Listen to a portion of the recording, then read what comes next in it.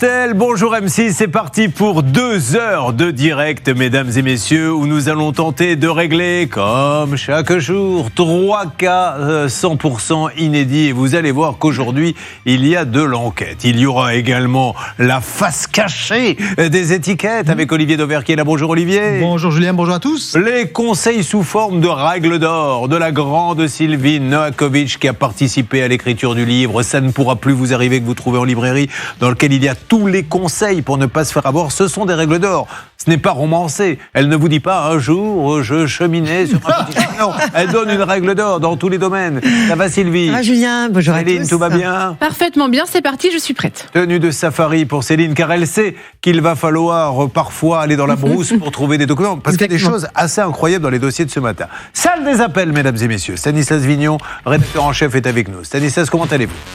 Ça va très bien, et vous? Est-ce que vous êtes prêt, Julien, ce matin? Prêt à quoi, mon Stan? Mais parce que les artisans, les garagistes, tout ça, bon, ça fait 30 ans, on sait que vous savez. Mais ce matin, on a décidé de vous sortir de votre zone de confort avec le dossier de Simone. Il s'agit d'un cas de squat. Il va falloir enquêter, Julien. Et je préfère vous dire que nous vous avons choisi, mais attention, Thomas Soto ou Bernard de la Villardière auraient très bien pu le faire. C'est vous qu'on a choisi. Je vais être honnête avec vous. La direction m'a dit, mais enfin, Stan, tu n'as pas un doute? J'ai dit, les gars, c'est Julien Courbet. Évidemment que j'ai un doute. Mais est-ce que vous sentez prêt, Julien? Alors, je sais pas, vous me mettez la pression. Heureusement, j'ai fait venir David Buron, journaliste, qui a enquêté sur le cas de Simone, qui est juste incroyable. David, c'est un cas compliqué. Hein. Oui, bonjour. Oui, c'est un cas compliqué et puis révoltant, surtout parce que c'est vrai que Simone, elle va vous le raconter, mais elle est dans une situation extrêmement complexe et très angoissante. Oui. Vous, je vais pas vous donner souvent la parole parce que quand vous la prenez derrière, j'ai l'impression d'avoir une voix de pédalier mal huilée. Tellement il a une belle voix, c'est vrai. Oui. Hervé Pouchol et Laura sont avec nous, mesdames et messieurs, nous les remercions. Alors, 3 cas réglés, attaquons tout de suite celui de Simone. C'est ces cas de squat qui sont complètement scandaleux, mais là, effectivement, nous allons devoir, en direct, mener une petite enquête. Alors déjà, Simone, est-ce que ça va au niveau des yeux? Car, je vous explique, dans le studio RTL, il y a beaucoup de lumière. Donc, elle nous a dit tout à l'heure, il y a trop de lumière. Je ne peux pas mettre là. Alors, je lui ai dit, Simone, j'ai un petit coin où je peux te mettre, parce qu'on se tutoie avec Sissi, hein, on est potes, qui est un peu à l'ombre. On l'a installé à l'ombre. Et au bout d'un moment, elle a dit non, je préfère la lumière. Donc elle est revenue à la lumière. Ça va, Simone? Ça va. Merci d'avoir de l'humour, Simone, parce que ce que vous vivez, c'est quand même dingo. Elle est médecin pédiatre à la retraite. Nous sommes du côté des Hauts-de-Seine. Alors, comment avez-vous découvert que cet appartement un jour était squatté? Mais en fait, ma clé rentrait plus dans la serrure. Mais c'est votre appartement ou un appartement que vous mettiez en location? Il était en location, mais là, il était vacant parce que je voulais vendre. J'avais besoin de vendre. C'est deux studettes côte à côte. D'accord. Donc les 2 portes blindées, les serrures ont été changées. Elles étaient blindées en plus? Oui, blindées, oui. Bon, et donc vous n'arrivez pas à mettre la clé dans la serrure? Non. Qu'est-ce que vous faites? En plus, un peu avant, j'avais reçu ils avaient résilié ma facture d'électricité. Ça, vous vous en étiez aperçu? Oui, un mois avant, parce qu'en fait, ils avaient consommé parce que j'avais pas de consommation. Bon, vous voyez que les serrures sont changées. Voilà. Vous appelez quoi dans ces cas-là? Un serrurier? Comment vous avez su qu'il y avait des gens dedans? Vous les avez vus sortir? Non, parce qu'ils avaient résilié ma facture d'électricité, donc il y avait forcément quelqu'un. Bon. Donc, à partir de là, David, on sait qu'il est squatté. Alors, là, j'ai été porté plainte. Oui, bien sûr. Et donc, David, on sait qu'il est squatté. Qu'est-ce qui se passe à ce moment-là? En fait, elle a été courageuse, Simone, parce que sa santé ne lui a pas permis tout de suite de se rendre. Elle a été une fois, les clés rentraient pas, et puis après, elle a eu des petits soucis de santé, donc pendant quelques mois, elle n'y est pas retournée. Ceci étant dit, même quand on n'a pas de soucis de santé, je pense qu'il vaut mieux y aller sur la porte. Bien sûr, exactement. C'est vrai que c'est pas une situation. C'est pas qu'il est de l'autre côté de la porte. Bien sûr, oui. Mais à la fin de l'été, Simone, fin août, est quand même retournée sur place et elle est entrée en contact avec ces personnes qui squattent ces studios. Vous les avez vus, Simone. Vous avez pu discuter avec eux. Oui. Et là, ce qui est incroyable, Julien, c'est que ces hommes ont dit à Simone qu'ils louaient l'appartement à une dame qui prétend être la propriétaire des lieux. Et vous les croyez sincères? Ils vous ont dit, nous, on paie un loyer, madame, on comprend moi, pas. Je les ai crus sincères, oui, parce qu'ils m'ont passé la dame, leur propriétaire, enfin leur fausse propriétaire. Ils l'ont appelé devant vous? Ils l'ont appelé avec leur téléphone. Alors j'ai son nom, madame Saïda Larda. Ouais. Très bien, qu'il aurait mieux valu ne pas dire, mais c'est pas grave, on va faire avec. Elle m'a dit, cette dame, donc j'ai son portable, elle m'a dit c'était elle la propriétaire. D'accord. Par contre, vous ne donnez pas le numéro sur l'antenne. Hein. Le nom, déjà, on va s'en contenter. Je l'ai donné à David. Oui, j'ai bien compris. Non, mais parce qu'on évite de donner le nom, parce que si madame nous écoute, évidemment, elle ne va pas nous répondre. Vous en doutez bien. Bon, d'accord. Ah ben voilà. Mais c'est pas grave, Simone, on va faire avec. On essaie d'appeler d'ailleurs. Alors, cette dame, elle vous dit quoi quand vous l'avez eu au téléphone? Elle m'a crié dessus, elle m'a dit que c'était elle la propriétaire. Ah bon? Oui. Ah oui, là, effectivement, d'accord. Après, elle a rigolé, elle m'a dit, madame, votre logement, il n'était pas occupé, donc je me suis servie. Ah bah, D'accord. Non, mais là, je vous avoue, encore une fois, à tous ceux qui me disent, mais quand même, depuis 25 ans, tu fais cette émission, tu dois être lassé. On ne peut pas se lasser de ce genre de choses. Je ne sais pas comment elle a su que mes studettes n'étaient pas occupées. Je sais pas. À un moment donné, il s'aperçoit qu'il n'y a plus de passage. Mais il y a un café au rez-de-chaussée et il donne le code à tout le monde. Ah bon, alors on va s'occuper de tout ça. Sylvie Novakovic, ce n'est pas sans rappeler cette histoire dingo que nous avions eue sur cette antenne, avec notamment Sacha qui était allé sur place à Annemasse, où il y avait une fausse propriétaire qui gérait le parc immobilier. C'était incroyable, et elle louait à sa guise, etc. Alors ça, on s'en est sorti, mais il aurait fallu, on y est revenu au moins 10 fois. Et c'est grâce à l'émission, parce qu'ils ne s'en sortaient pas depuis des années. On n'était pas les seuls à être sur le coup, là, il y avait toutes les télés, toutes les radios. Aussi, bien sûr, et il s'avère que là, on est la même chose. Heureusement, on a la loi anti-squat maintenant, qui est quand même assez sévère. Ok, et on va s'en occuper. Allez, c'est parti, on lance les appels, mesdames et messieurs. Dans Ça peut vous arriver, chaque problème a sa solution.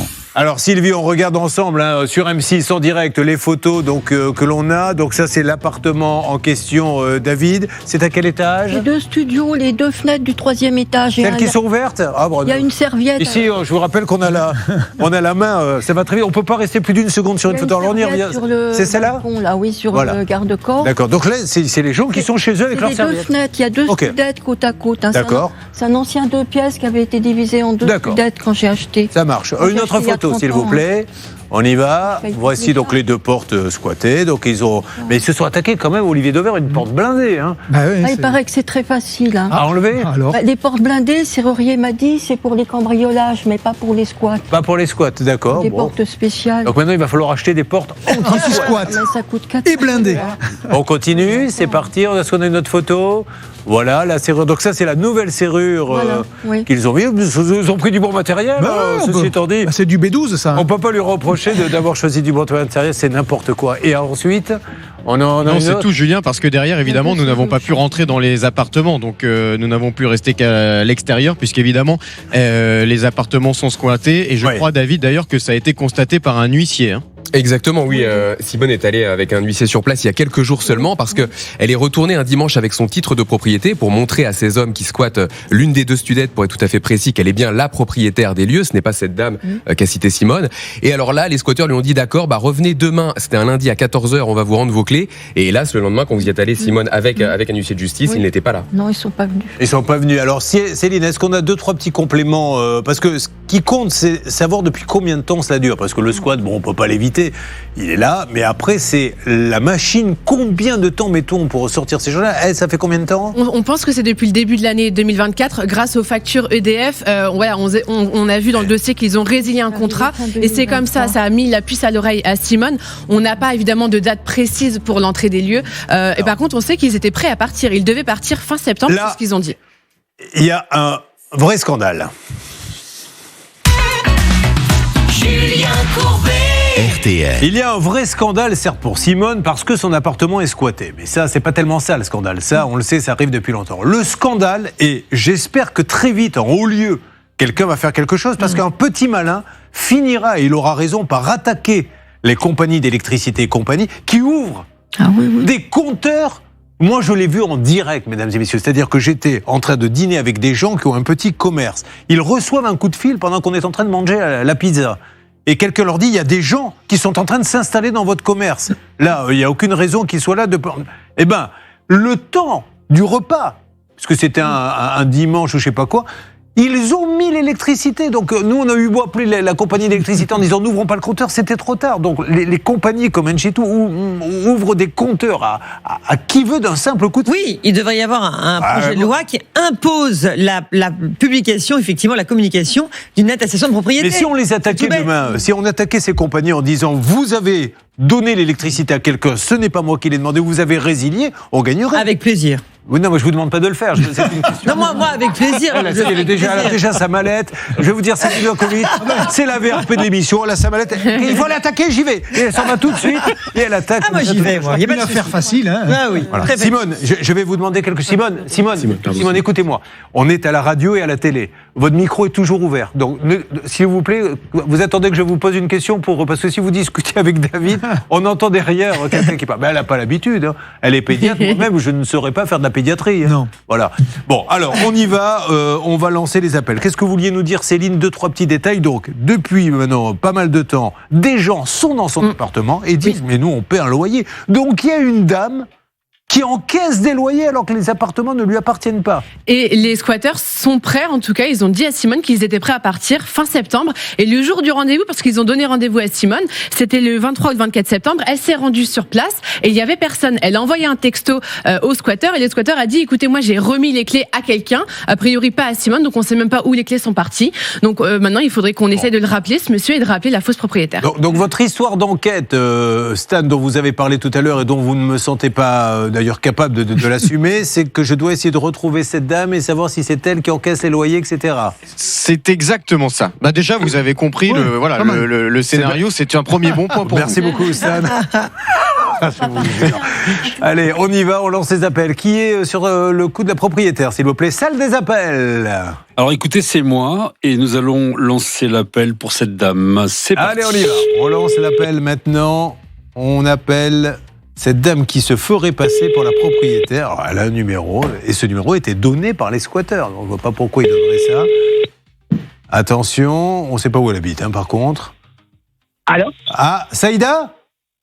Oui. Bonjour Saïda. Saïda, vous allez être un petit peu surprise, je suis Julien Courbet. Au moment où je vous parle, nous sommes en direct, madame, sur la radio RTL et la télévision M6, concernant des appartements que vous louez, a priori sans titre, à des gens. J'ai la propriétaire, la vraie Simone Jamet, qui nous dit qu'elle a 2 petits appartements qui sont squattés. C'est vous qui encaissez les loyers. Est-ce que vous êtes au courant?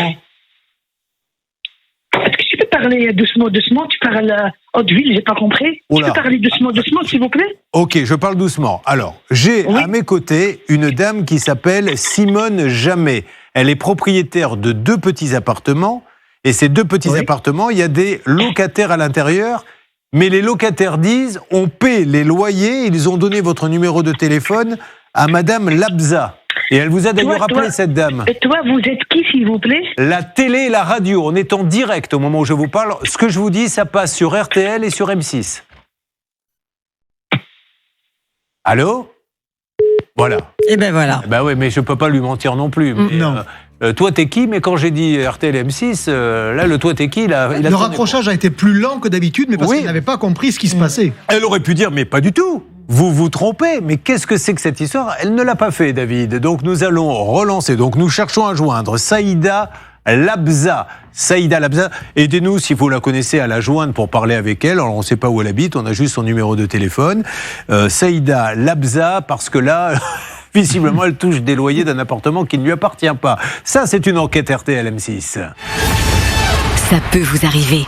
Alors, on va essayer maintenant d'appeler un squatteur en direct sur M6. Bon, on va lui relaisser un message parce que peut-être que j'ai parlé un peu vite et que cette dame n'a pas compris, donc on y retourne. Mais là, j'ai peur qu'on soit sur messagerie. Vous voulez faire un pari d'ailleurs à 10 €? Ah non, je parie qu'on est sur messagerie. D'accord. Et vous pariez qu'elle nous répond ou qu'on est sur messagerie, Sylvie? Moi, je pense que c'est messagerie aussi parce qu'elle a parfaitement compris qu'elle est auteur d'une escroquerie. Ça veut dire que là, la cote, si elle répond, est énorme, Stan. La cote est énorme et attention parce qu'Hervé Pouchol vient de rappeler et elle a décroché très brièvement. Ah, alors Hervé après, elle est là? Elle m'a dit qu'elle travaillait, qu'elle pouvait pas répondre. Bon, on lui laisse un message, rappelez-la, il faut vraiment qu'elle sache quand même l'importance de ce qu'on est en train de dire. C'est pour ça qu'on insiste, c'est pour qu'après les gens disent, vous vous rendez compte ce que vous avez dit sur moi, j'ai pas pu me défendre, parce que ce qu'on dit là c'est grave. Vous nous expliquerez les peines, Maître Novakovic. Essayons de rappeler Saïda Labza. Alors, je recompose le numéro de téléphone, S'il vous tu risques de te faire engueuler. Hein. Ah, maintenant on se tutoie. On se tutoie, là. Pourquoi pas, le tutoiement C'est la nouvelle coupe de cheveux. Exactement. Allez, attention. Je lui laisse le message. Elle ne va pas répondre. Ce qui permet donc à Olivier Dauvert de gagner son pari. 10 €? Ah bah tiens. Avec une petite cote. Est-ce qu'il y aura... Oui. Bonjour. Voilà. Vous êtes sur le répondeur du 07 58 Oui, on remonte. 77. Merci de laisser un message après le bip. À la fin de votre message, si vous souhaitez le modifier, tapez dièse.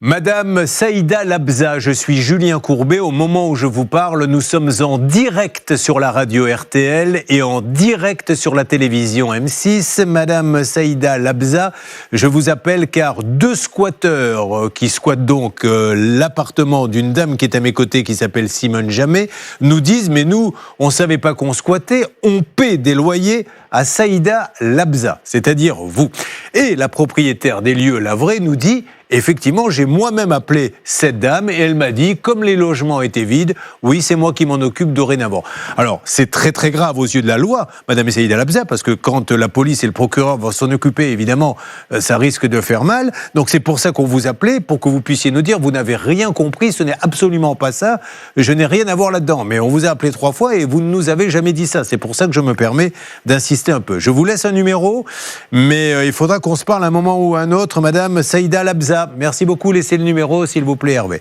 Bon, alors vous, quand elle vous a appelé, parce que ça me paraît, j'arrive David, complètement fou, elle vous a rayonné, Simone. Oui, oui. Elle vous a dit quoi exactement? Eh bien que... Elle m'a rappelé un homme, alors je vois plus du tout qui c'est, qui s'appelait Aymen. Ouais. Et comme je l'ai loué pendant 30 ans, cet appartement, c'est peut-être quelqu'un à qui j'avais refusé la location. Je sais pas comment elle a su que c'était vide. Et ils paient combien les squatteurs, David? On le sait, ça?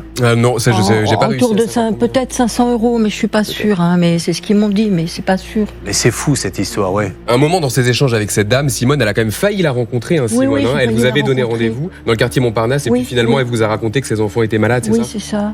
Mais c'est complètement dingue. C'est-à-dire qu'à aucun moment, cette femme ne dit... Mais ce n'est pas moi, mais c'est de la folie. Non, au contraire, elle essaie, oui, je vais vous rencontrer, mais il n'y a même pas besoin de rencontrer, c'est pas moi. Et d'ailleurs, si c'est moi, attaquez-moi. Oui, Sylvie. Il faut savoir que c'est un délit qui est de plus en plus fréquent, et ça arrive de plus en plus fréquemment, il faut le savoir. Et du coup, il y a la loi anti-squat du 27 juillet 2023 a prévu un délit spécifique. Ça s'appelle la mise à disposition à un tiers d'un bien immobilier appartenant à autrui sans être en mesure de justifier de l'autorisation du propriétaire et moyennant le versement d'une contribution. Et la peine prévue, c'est 3 ans d'emprisonnement, 45 000 € d'amende. Donc c'est un délit très spécifique. Bon, allez, on va continuer. Et là, on va voir les squatteurs dans quelques instants qu'on va essayer d'appeler, parce qu'on a alors, pour le coup, tout le monde est équipé en téléphonie. Ça, c'est la bonne nouvelle dans ce dossier. On va pouvoir les avoir. Juste, n'oubliez pas qu'on aura le cas d'Irène. Irène, je voulais qu'on voit une petite photo de ce petit jardin, hein? Elle a creusé avec sa paille et regardez ce qu'il y a dessous. Dessous, il y a ça. Et ça, c'est la cata. Parce que oui... Je n'ai pas creusé. Je sais bien. J'ai enlevé des ronces. Au départ. C'était caché sous des ronces. Et dessous, regardez, des morceaux de béton, etc. Et ça, enlever, ça coûte une fortune. Vous ne pouvez rien faire. Vous ne pouvez pas faire un jardin avec ça. Donc elle a acheté, il y avait des ronces. On lui a dit, il faudra peut-être un petit coup de débroussaillage, un peu comme les cheveux d'Hervé Pouchol. Et ben voilà le résultat. Elle a ça. Et ça coûte une fortune à enlever, plusieurs milliers d'euros. 6 000 €, plus de 6 000 €. Et les propriétaires s'en lavent les mains en disant, écoutez, vous avez acheté en l'état, maintenant, tant pis pour vous. Ah ouais. D'ailleurs, c'est intéressant ça de savoir si le sous-sol c'est en l'état, parce que là pour le coup on peut pas vérifier, ou alors il faudrait dire à chaque fois qu'on va visiter une maison on va retourner le jardin pour être sûr qu'il n'y a rien dessous. Allez, on avance sur tous ces dossiers. Merci d'être avec nous, mesdames et messieurs. Julien Courbet sur RTL. Nous sommes sur Enquête à la une. C'est la rubrique qu'a réglé Stan, qu'a décidé de faire aujourd'hui Stan avec cette histoire de squatter. On avance, mais j'aimerais vous dire que la quinzaine qui arrive va être extraordinaire. Car dans 10 jours, vous entendez, dans 10 jours, Olivier Dauvert, l'une ou l'un d'entre vous qui écoute RTL ce matin et qui nous fait cet honneur, car c'est un honneur, mesdames et messieurs, et M6 va gagner 100 000 € cash. 100 000 € cash. Ça en fait des sous, hein. Qu'est-ce que vous feriez, Elodie, là, si je vous donnais 100 000 € tout de suite? Je finirai ma cuisine déjà. Allez, focus. Ah, ils sont sur leur cas. Vous pourriez leur dire n'importe quoi, elle veut sa cuisine. Vous auriez une belle cuisine. Ah oui, je veux ma cuisine. Alors, 100 000 €, mesdames et messieurs. Alors, c'est par vague de 5 minutes. Attention, en voici une. Top chrono, 5 minutes. Il est 10h21. Nous allons jusqu'à 27. Comment fait-on? On appelle RTL au 3210 ou on envoie les lettres RTL par SMS au 74 900. C'est parti, top chrono 5 minutes, 100 000 € dans quelques jours, 100 000 €. Votre vie va changer dans votre porte-monnaie, 3210 ou vous envoyez RTL par SMS au 74 900. En ce qui concerne Simone, nous avons donc eu la personne qui pourrait être celle qui loue les appartements qui ne lui appartiennent pas puisqu'ils appartiennent à Simone. Elle a raccroché au nez, on lui a laissé un message.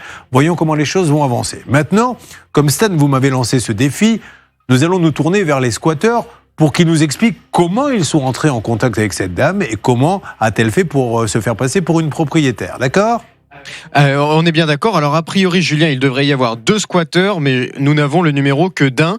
C'est Moa que nous essayons d'appeler. C'est vous le squatteur. Très bien. Eh bien, écoutez. Ah, Moa, c'est son prénom. Ah, oui, c'est son nom. Non, c'est son nom. Attendez, Olivier Devers, il dit nous n'avons le numéro que d'un squatteur, c'est moi. Donc, ça serait quand même gonflé que vous veniez dans l'émission nous expliquer que et vous puis squattez. un visage découvert en plus devant tout le monde. Et voilà, Simone, c'est ce que nous voulions vous annoncer ce matin. Allez, on y va. C'est parti. Nous appelons Moa. Moa, c'est l'un des squatteurs qui. Votre appel a été transféré vers un système de message vocal automatisé. Après le bip, veuillez enregistrer votre... Qu'est-ce que c'est ces systèmes de messages automatisés? C'est quoi? C'est plus qu'un répondeur, ça? Vous connaissez ce genre de choses? Écoutez, c'est un type de répondeur. Alors on se demande si ce ne serait pas un répondeur peut-être à l'étranger. On a un doute. Je dois avouer qu'on en entend rarement des répondeurs comme celui-là. Alors, plusieurs choses, Maître Novakovic, parce que là, ça fait froid dans le dos. Moi, il y a des gens qui se demandent s'ils vont partir en vacances pour être sûrs de retrouver leur logement en retour. On en est là. Donc la question est la suivante. Eux, effectivement, si une dame s'est fait passer pour leur propriétaire, on ne peut pas les inculper de quoi que ce soit, puisque si elle leur a donné un faux bail, etc.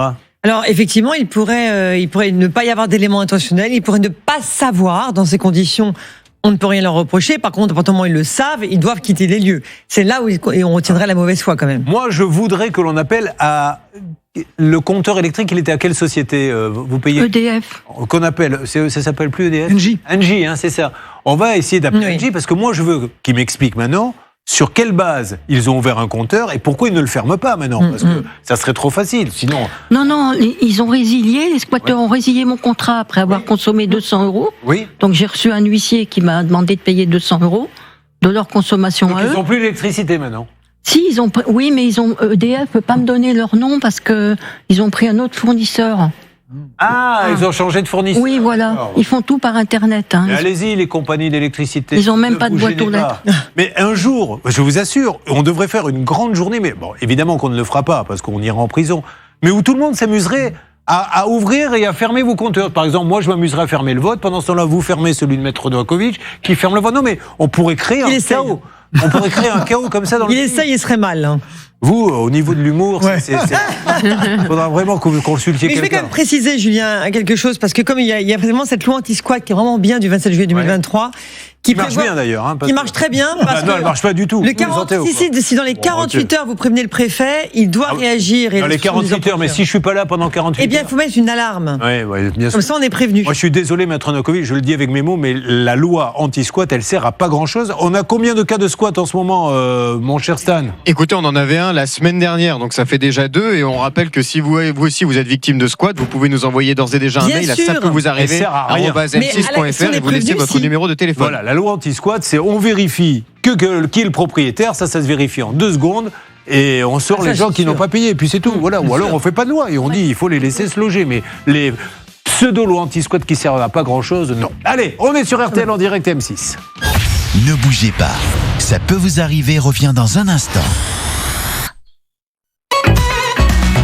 Julien Courbet sur RTL. Scandaleuse, incroyable ces histoires de squat. David, vous vous êtes occupé du cas de Simone qui est à vos côtés. En 2 mots, les tenants et les aboutissants de cette affaire. Après, on passera à autre chose et on va attendre que les appels reviennent. C'est comme un boomerang, on lance un appel et on attend qu'ils reviennent. Allez-y, David. Simone est propriétaire de 2 petits studios dans le nord de Paris et en début d'année 2024, elle s'est rendue compte que ces 2 studios étaient squattés. Enfin, un des 2, c'est sûr en tout cas. Et quand elle est entrée en contact avec les squatteurs, ils lui ont dit que eux, ils louaient les appartements à une dame qui prétend être la propriétaire, qui a pris la place de Simone. Que l'on a appelé, et c'est lunaire, parce qu'au lieu de nous dire mais qu'est-ce que c'est que cet appel, mais je n'y suis pour rien, à aucun moment elle ne le dit. Elle a même donné un rendez-vous à Simone un jour, mais elle ne s'est pas présentée au rendez-vous.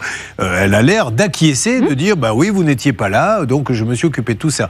Pour l'instant, tout le monde est aux abonnés absents, donc on rappelle que nous cherchons à joindre, et aidez-nous si vous la connaissez, Madame Saïda Labza, qui louerait les appartements, et on a un monsieur Moa Amédi qui lui-même louerait l'appartement. On avance là-dessus et en parallèle, j'ai demandé à ce qu'on appelle, alors c'était en fait parce qu'on s'est un peu mélangé les pinceaux, Engie, EDF, tout ça. Et c'est en fait EDF, c'est bien ça, Stan?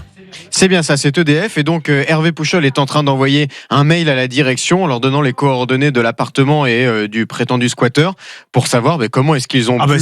Comment ils ont pu, ça on le sait.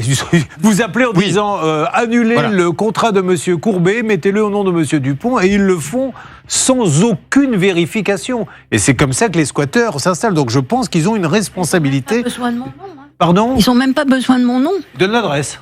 Oui, l'adresse, c'est tout. Voilà. Voulez-vous arrêter le compteur à l'adresse temps et en mettre un nouveau Et en plus, après, comme c'était peut-être trop cher parce qu'ils ne payaient pas, ils ont changé d'opérateur, ils ont été refaire le coup après. C'est de la folie. Enfin, si on ne fait pas une loi, il ne faut pas s'étonner après qu'il y ait des squats. C'est complètement ridicule. Voilà. Et je vais vous dire une chose, mesdames et messieurs, les problèmes ne sont pas terminés. Car mercredi soir, à vous qui écoutez RTL et M6, à 21h, l'émission Arnaque. Alors, 2 types de problèmes. C'est quand vos voisins vous pourrissent la vie. On aura un problème de voisinage dingue. Hervé Pouchol, d'ailleurs, s'est rendu sur place avec un corbeau qui envoie des lettres et qui dit « Tu vas voir, ta grange, elle va brûler et tu seras peut-être dedans quand elle va brûler. » C'est grave. Mais on aura également ce maçon qui prend des acomptes partout, qui, en plus, c'est pas très malin, sur les réseaux sociaux, dit « Regardez, je suis en croisière, donc on le voit en train de plonger dans une piscine. » Eh bien, tous ceux qui se sont fait avoir par ce monsieur se sont regroupés et on est partis tous ensemble à sa recherche. Et quand on l'a retrouvé, il a tapé sur la caméra. Et il a tapé fort. Elle est cassée maintenant. Et c'est moi qui vais devoir la payer en plus. Bon, regardez ce numéro, il est dingue. Mercredi soir, 21h, Arnaque. Monsieur Dauvert. Oui. Un jour, c'est la France qui vous dira. Mais je le sais. Une petite question d'auditeur qui m'est arrivée, et comme c'est la saison, j'en profite d'y répondre dès aujourd'hui. C'est la foire au vin dans mon supermarché, me dit cet auditeur téléspectateur. Le produit annoncé sur le catalogue n'est déjà plus présent. Mon supermarché est-il obligé de me le fournir ? Alors, réponse très facile, vous allez reprendre votre catalogue ou l'affiche qu'il y a à l'entrée du magasin. S'il y a marqué que l'opération foire au vin est valable du... je dis n'importe quoi sur les dates, du 20 septembre au 15 octobre, alors le professionnel, le magasin en l'occurrence, doit pouvoir fournir pendant la période de l'opération. Il n'y a pas une petite astérix en limite des stocks disponibles. Mais c'est pour ça que désormais, et c'est très souvent le cas, les foires au vin, sur les prospectus, il n'y a pas marqué du 20 septembre au 15 octobre, mais à partir du 20 septembre. Ça veut dire on ne met que la date de début, auquel cas ça libère de l'engagement pour aller jusqu'à la fin de l'opération. Et il y a une autre façon d'être libéré de cet engagement quand on a un supermarché, c'est d'annoncer les quantités disponibles. Si je vous dis, il n'y a que 1254 bouteilles de ce château 2018 à 5,95 €, eh bien j'ai annoncé le stock. Absolument, parce que le vin est un produit qu'on ne peut pas refabriquer. C'est le principe des soldes et des braderies. On vend ce qu'on a en stock, et ils arrivent à faire des super coups sur du vin, mais ils ne peuvent pas avoir de réassort. Mais c'est pour ça que donc, dans la plupart des cas, quand il n'y en a plus, malheureusement, il n'y en a plus, et vous n'en retrouverez pas. Et d'autant plus que les magasins ont compris le point de droit qu'il faut respecter. On met qu'une date de départ, ou alors on met les quantités disponibles. Il y a eu des affaires extraordinaires pour m'intéresser un peu au vin, notamment sur les Bordeaux, qui vivent une situation économique, mais catastrophique. Donc du coup, ils sont obligés de déstocker parce qu'ils ne peuvent pas garder toutes ces bouteilles. Et il y a eu des coûts, mais alors, incroyables. Bien sûr, avec des vins qui étaient vendus vraiment ras des pâquerettes, parce qu'il fallait faire de la place dans les entrepôts pour que les prochaines récoltes, les prochaines vendanges puissent être stockées, vinifiées. Et c'est malheureux pour Bordeaux, mais là, ils sont obligés de vendre à vil prix, comme on dit. Alors nous, on essaie de les aider. Comme on peut. On y va, on picole comme des fous, mais on n'y arrive pas. Avec modération. Alors, heureusement, on a des gens comme Irène qui nous donnent un petit coup de main. Tout à fait. Avec modération, Irène. Mais vous aimez bien boire un petit coup de temps en temps. Mais moi aussi. Bien sûr. Vous êtes plutôt quoi, vous? Blanc, rouge, rosé? Blanc et rouge. Ah, les femmes de plus en plus. En termes de marketing, le blanc est en train de faire un carton auprès des femmes notamment. Pour faire simple, le rouge voit ses ventes baisser année après année, le blanc et le rosé progressent, et donc en fait les courbes sont en train de se croiser gentiment. Et... Alors, toujours avec modération. Ah bah, évidemment. Élodie, elle toujours pastis plutôt. Pastis. J'ai bien vu à sa tête que j'allais faire bouche. À Toulouse, on voit des côtes de Gascogne. Non, un bon verre de blanc, oui, comme bon plateau de fruits de mer, bien sûr. Et vous, Simone, blanc, rouge ou rosé? Non, moi je suis plutôt de la bière sans alcool. Ah, mais quelle audace! Bah attendez, on va vous faire un petit plaisir. Regardez, Hervé Pouchol va réagir immédiatement. Paul! Une tourtelle! Non, il le fait pas. Hervé Pouchol a toujours un décalage. C'est-à-dire qu'il est un peu comme la chanson de Pierre Bachelet. Pour moi, c'est sûr, il est d'ailleurs, mais pas avec nous en tout cas. Non mais si j'avais entendu la chanson de Robert Palmer, ça m'aurait mis sur la voie. Mais Paul, là comme ça, j'en connais des Paul, moi. Merci en tout cas.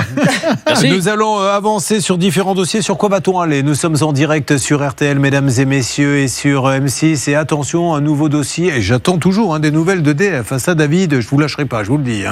C'est noté. Franchement. Je serai au rendez-vous. Non, mais je vous le dis. Il faut que l'on sache pourquoi les compagnies comme ça ouvrent et ferment des compteurs sur un simple appel téléphonique. Sur quoi va-t-on aller, Stan? Dans quelques instants, nous reviendrons sur le dossier de Jessica et cette formidable histoire d'aspirateur balai. Vous vous souvenez, elle avait acheté un aspirateur et elle a reçu un modèle inférieur qui en plus était d'occasion. Avec des poils. Oui, des cheveux. Avec des cheveux, c'était dégueulasse. Oh, le simple fait d'y penser. Je préfère voir une photo de cafard que cette photo d'aspirateur. Ah ben non, je vous assure, c'était dégueulasse. On avait l'impression qu'elle avait été passée l'aspirateur chez Hervé Pouchol. Allez bon, on y va. Ça se passe sur RTL M6 en direct, mesdames et messieurs. Ça peut vous arriver à votre service. Alors, on parle d'ordures. Permettez-moi de faire une petite transition. Parmi les cas qu'on va vous proposer mercredi soir dans le magazine Arnaque, il y a une dame qui nous a écrit son voisin, le syndrome de Diogène. Il collectionne les ordures. Donc ça veut dire que l'appartement entier, donc il y a des rats partout, et la pauvre voisine se retrouve avec des rats, avec des queues longues comme mon bras. Regardez un extrait, puis c'est devenu une vraie guerre. C'est un truc de dingue. Ce que vous avez vu à l'intérieur, c'est l'intérieur de la maison. Alors, on n'y va pas que pour montrer, on y va pour régler le problème et il y aura, je l'espère, des bonnes nouvelles, vous verrez. Mais c'est fou de pouvoir vivre comme ça. C'est-à-dire que la maison est tellement pleine d'ordures qu'il est obligé maintenant, en plus une jolie rue, vous avez vu, de les mettre sur le trottoir. Donc ne manquez pas ce dossier. Puis il y aura un deuxième cas de voisinage, avec cette fois-ci une lettre de corbeau qui fait froid dans le dos, où il y a carrément des menaces de mettre le feu à une grange, etc. Donc mercredi soir, Arnaque, et si vous avez un souci de voisinage, bien sûr, ça peut vous arriver, @m6.fr. Simplement un petit point très rapide, Hervé, en ce qui concerne la dame qui encaisse les loyers, Madame Saïda Labza à la place de Simone. Toujours rien pour l'instant, pas de rappel. Non, elle m'a juste dit je travaille, elle m'a raccroché au nez, mais en revanche j'ai appelé EDF pour avoir quelques renseignements parce qu'on a la référence de l'appartement, on veut en savoir plus. Très bien. Oui, moi j'aimerais bien connaître le process, parce que le process, de toute façon, on le connaît, il est simple. On donne un coup de fil, je suppose, David, on dit arrêtez le compteur, et ils le font sans vérifier. Mais un jour, il faudrait s'amuser de dire voilà, ici l'Élysée, pouvez couper le compteur, s'il vous plaît. Non, mais est-ce qu'ils le feraient? Alors pourquoi ils le font chez Simone? Et d'ailleurs, ce qui est dingue, c'est que Simone, la vraie propriétaire, pourrait appeler EDF pour résilier elle-même le contrat de ses squatteurs et espérer les faire partir comme ça, sauf que ce serait se rendre justice elle-même, et ça pourrait lui être reproché parce que les squatteurs sont chez eux et donc on ne peut pas les déloger par ce biais. Et le pire, c'est que les squatteurs ne paient même pas le nouveau compteur et l'huissier vient chez elle réclamer l'argent. Mais on marche sur la tête dans ce pays si on ne fait pas des choses un petit peu plus musclées pour avancer. Julien Courbet Sur RTL. Nous revenons sur ce qui a été l'une des plus belles histoires, parce que des histoires d'aspirateurs, on n'en fait pas beaucoup. Mais on en a fait quelques-unes, mais celle-ci, c'était peut-être la meilleure. Rappelez-moi le prénom de cette heureuse propriétaire d'un Dyson. Elle s'appelle Jessica. Alors évidemment, on dit Dyson, mais elle aurait pu acheter deux autres marques. Un Rowenta, un Philips. Rowenta. Oui, Rowentez-vous la vie. Exactement, j'adore. On a le même âge. Alors, rappelez-moi le prénom, je n'ai pas entendu. Jessica. Excusez-moi, j'arrive à un âge, vous le connaissez ça. Malheureusement, je ne vais pas répéter 15 fois, donc concentrez-vous, s'il vous plaît. Excusez-moi, autant pour moi. Donc, mais du coup, j'ai oublié le prénom. Oh, Jessica. Jessica, soyez la bienvenue sur RTL en direct M6, Jessica. Oui, bonjour. Alors Jessica, au moment où je vous parle, je me bats avec une mouche qui tourne autour de moi, ce qui n'est pas très agréable parce qu'elle pourrait aller sur n'importe qui, mais si elle m'a choisi, c'est qu'elle doit avoir de bonnes raisons. Jessica, donc vous avez décidé d'acheter un Dyson neuf sur le site de Dyson. Oui, exactement. Vous n'arrivez plus à le recharger. C'est-à-dire que quand vous mettez le Dyson en charge, il ne se charge pas. Donc vous le renvoyez. Vous avez acheté un modèle très précis. Lequel, Jessica ? Celui que j'ai acheté, c'est un V11. Le V11. Et vous avez un avis de réception d'un aspirateur V11. On est bien d'accord ? Exactement. Voilà, donc voilà, nous avons bien reçu votre V11.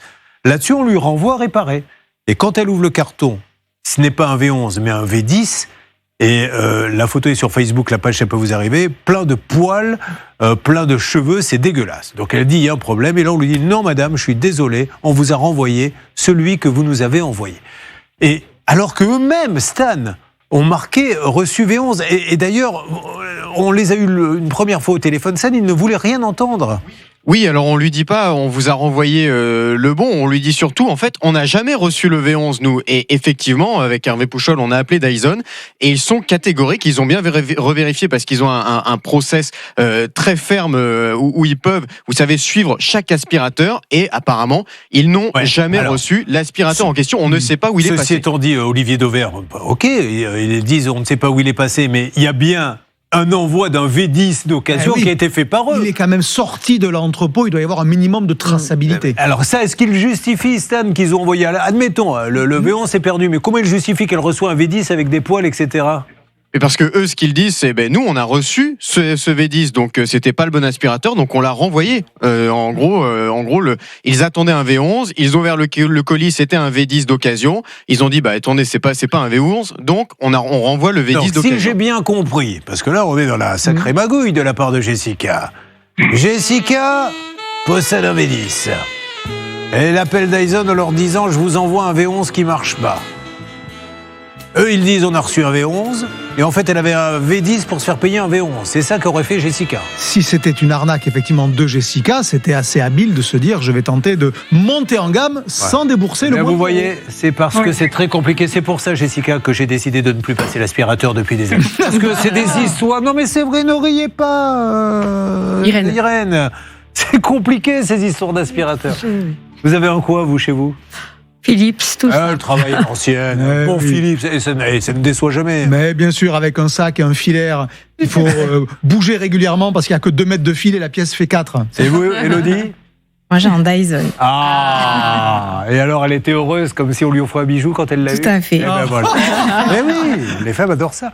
Bon, alors, Stan, à un moment donné, vous vous êtes dit, je sens bien que le Courbet, si je lui règle pas son problème, il va s'énerver, d'autant plus que c'est injuste. C'est injuste. Après, ils n'avaient qu'à lui dire, on n'a pas reçu un V11. Il fallait lui dire, madame, ce que vous nous avez envoyé ne correspond pas, mais ils ne l'ont pas fait. Oui, Jessica? C'est surtout que la réparation, je la trouvais un peu longue. J'avais rappelé le service client en leur demandant où s'en était la réparation. Et ils m'ont répondu qu'ils attendaient la pièce et qu'ils me le renvoyaient. Mais à aucun moment, ils m'ont parlé d'une anomalie. Stan, heureusement, c'est une grande marque avec un service client et avec des responsables qui parlent et qui essaient de comprendre. Exactement, une super marque. Et d'ailleurs, effectivement, ils se sont dit, ce n'est pas possible. Jessica nous a pas renvoyé un V10. Enfin, ils ont bien compris qu'il y avait une erreur quelque part. On ne sait pas d'où ça vient. Est-ce que c'est le transporteur? On n'a aucune idée. Mais ils m'ont dit, on va regarder le dossier. Et ce week-end, Hervé Pouchol a reçu un mail. Allez-y, Hervé, rapidement. Il était 23h quand j'ai reçu le mail. Ça m'a réveillé. Toutefois, dans l'intervalle et en guise de bonne volonté, nous avons offert à Madame Baluet un remboursement de l'appareil. Voilà. Qu'est-ce que vous en pensez, Jessica? Oui, je suis très contente.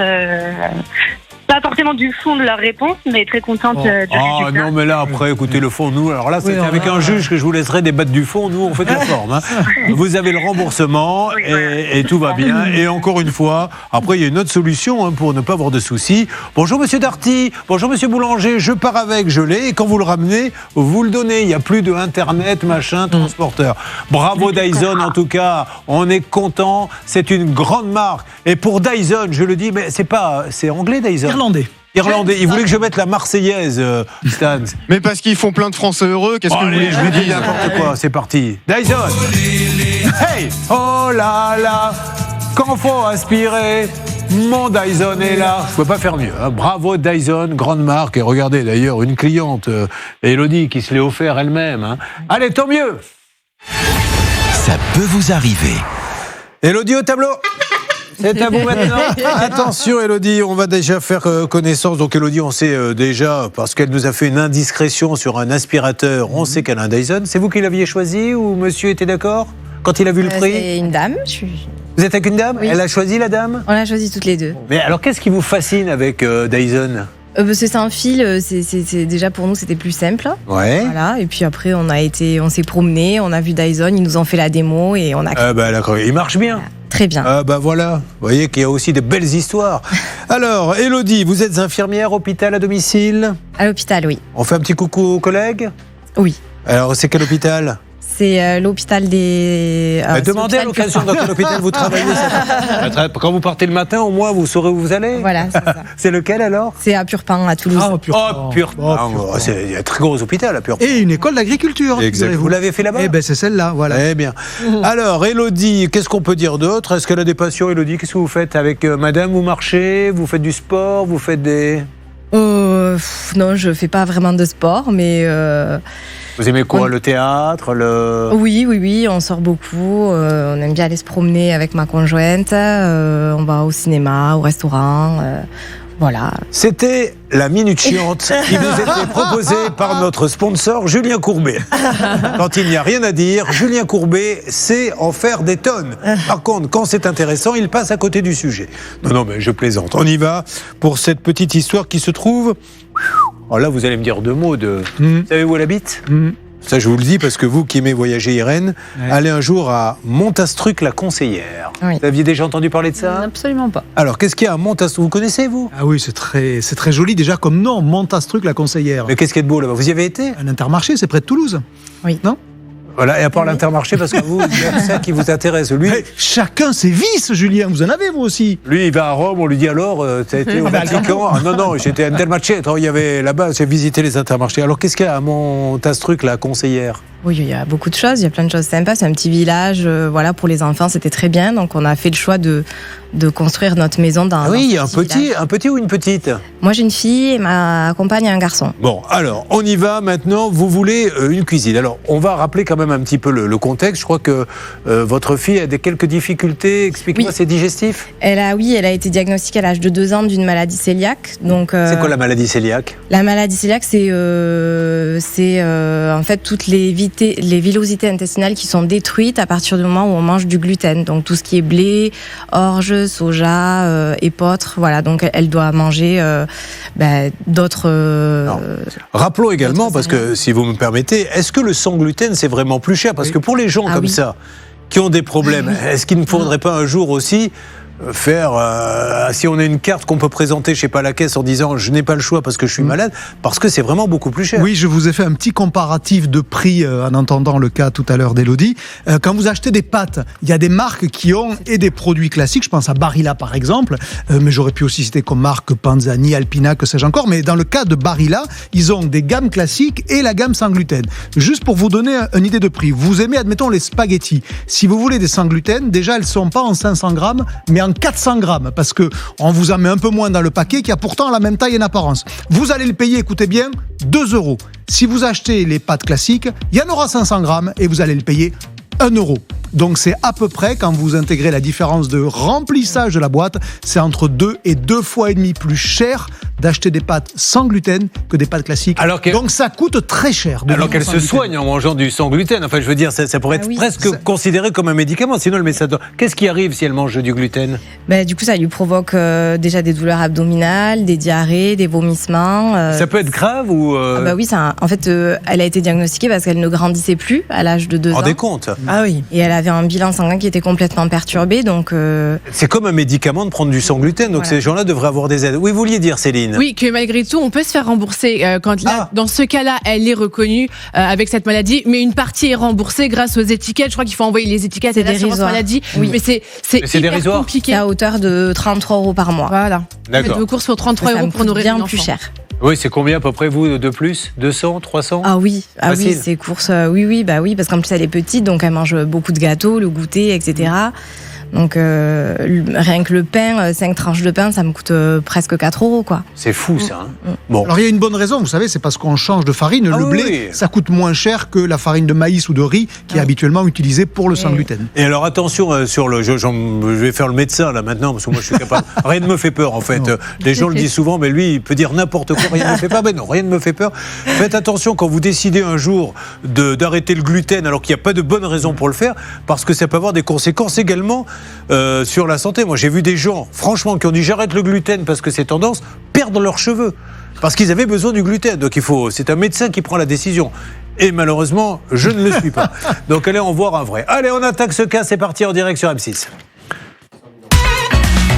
Julien Courbet. RTL. Nous allons attaquer le cas d'Élodie dans une seconde. Mais là, mesdames et messieurs, imaginez que vous alliez voir votre banquier qui vous a appelé 17 fois durant les 15 derniers jours en disant « Madame Chambert, vous êtes à découvert, va falloir combler le découvert, Madame Chambert ». Eh ben, vous allez arriver en lui disant « J'ai 100 000 euros ». Ça te va? Ah bah oui, ça me va. Eh ben, change de banque. T'avais qu'à pas m'embêter pendant 15 jours. 100 000 euros cash. Ah.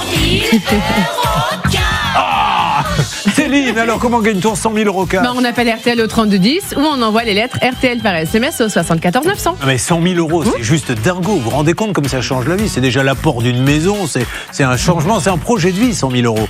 RTL par SMS au 74 900 ou top 3210, il est 52. Allez, je vous mets 5 de plus, ça fait 57 jusqu'à 10h57 en direct. Nous avons donc Élodie qui est là et elle voulait acheter une cuisine. Sa fille souffre, rappelez-moi le nom de... La maladie cœliaque. Voilà, elle est obligée de lui préparer des plats bien particuliers, sans gluten, sinon ça peut être vite la catastrophe. Donc, c'était ça le projet, acheter une cuisine pour pouvoir préparer, je suppose, plus facilement des plats. Oui, dans nos plats, quand on a conceptué donc, du coup notre cuisine, on a fait le choix donc d'avoir des tiroirs pour que déjà elle ce soit plus simple en autonomie et de pouvoir en fait tout sectoriser. Donc en fait, du coup elle a son grille-pain, sa casserole, sa passoire, sa poêle. Pour qu'il n'y ait pas de gluten. Oui, c'est ça.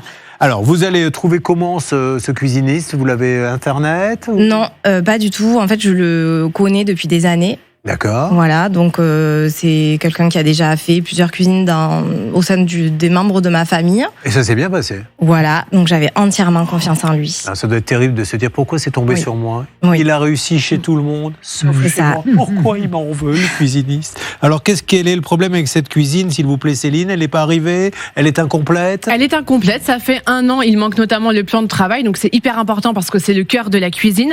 Il manque également des éléments comme des tiroirs, comme la crédence. Et donc, depuis 1 an, elle envoie des messages pour savoir quand est-ce que la cuisine sera finalement posée. Il ne répond plus, il demande toujours un peu plus d'argent pour revenir finalement, plus de nouvelles depuis plusieurs mois. Bon, alors vous essayez de l'appeler, vous n'arrivez pas à la voir, il vous donne une raison particulière? Aucune. Rien? Aucune. Il nous envoie des messages, vous savez, les messages automatiques, je te rappelle. Et en fait, il ne nous rappelle jamais. Voilà, et puis maintenant, il nous répond plus du tout au téléphone, en fait. Bon, alors attention, nous allons appeler, mais tout de suite, c'est le maillon faible. Nous jouons avec Irène. Irène, nous avons parlé de crédence. Pouvez-vous nous dire ce qu'est une crédence? Je pense que c'est la partie qui est en dessus du plan de travail. Est-ce que c'est la bonne réponse? Oui. Vous n'êtes pas le maillon faible, vous restez. Bravo. Alors, Laura, il faudra penser vous-même à une crédence, parce qu'il va falloir nourrir toute la famille maintenant, parce qu'au rythme où vous allez, c'est plus une cuisine qu'il va vous falloir, une cantine municipale. Exactement. Alors, nous appelons, nous essayons. Si vous voulez, moi c'est prêt. Oui, écoutez, on y va alors. Si c'est prêt, servez, passez à table alors. On se croirait au restaurant maintenant. Vous voulez, je vous sers maintenant parce que c'est prêt. Laura appelle donc le cuisiniste. L'objectif, c'est je comprends pas. L'intérêt de... Soit il n'a pas, il dit, moi là, madame, je n'ai pas et je n'aurai jamais, mais il trouve une solution. J'arrive, Céline, mais si jamais le monsieur répond, on va voir, nous sommes dans le 31. On va tolérer quelques sonneries. On ne laisse pas de message, vous essayez d'avancer. Votre appel a été transféré vers la messagerie. Top. D'ailleurs, tout à l'heure, on a eu l'explication pour cette messagerie décentralisée. Là, on avait un drôle de message. Exactement, on n'avait pas entendu, mais c'était une messagerie Lika Mobile. Lika Mobile, qu'est-ce que c'est? Ce sont des cartes prépayées, donc c'est-à-dire quand vous ne voulez pas un abonnement récurrent, par exemple, être prélevé tous les mois de 35 €, vous pouvez payer, si vous avez envie, 5 € d'abonnement. Une fois que vous avez terminé d'utiliser ces 5 €, eh bien le téléphone s'arrête. On va pas très loin avec 5 € d'abonnement, ceci étant dit. Vous voulez dire, Céline, sur la cuisine? Oui, on n'a pas parlé de pesetas, un petit peu d'argent, 5 000 €, c'est ce qu'a touché l'artisan pour faire cette cuisine. À la base, c'était 4 000 €, et puis il a demandé un petit rajout de 1 000 € pour revenir sur le chantier. Finalement, il n'est jamais revenu. Il reste encore 600 € à payer. Évidemment, on n'est pas contre. Alerte, Sylvie. Laura, dites-moi. Oui, vous avez Thierry. Oui, on le prend. Bonjour Thierry. Bonjour. Thierry, je me présente, je suis Julien Courbet. Au moment où je vous parle, nous sommes en direct sur RTL et sur M6, Thierry. Je suis avec Élodie Plasencia, qui attend désespérément, je crois, la crédence et pas mal de choses. Et elle dit, maintenant, ça fait combien de temps, madame? 1 an. Est-ce qu'on peut en discuter tranquillement? Je suppose que vous-même, vous devez avoir un petit souci de votre côté, mais il faut qu'elle sache sur quel pied danser maintenant. D'accord. D'accord. Je vais la contacter tout à l'heure. Alors, restez juste en ligne une seconde, parce que ce qui la gêne, monsieur, c'est pour ça qu'aujourd'hui elle est là, hein, parce qu'avant de venir ici, je crois qu'elle vous a envoyé plein de textos, et qu'est-ce que vous aviez comme réponse ? Je te rappelle. Bon, alors voilà, ce que je vous propose, récupérez l'appel s'il vous plaît, Laura, que ce monsieur nous donne, on marque une petite pause, et ce monsieur va peut-être nous donner des dates définitives, etc. En quelques secondes. Simplement, l'erreur du départ, c'est d'avoir versé 90% du montant du devis.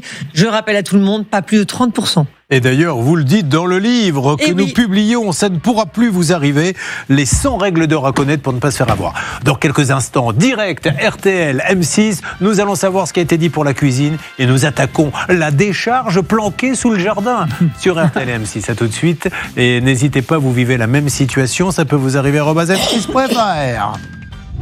Vous suivez, ça peut vous arriver.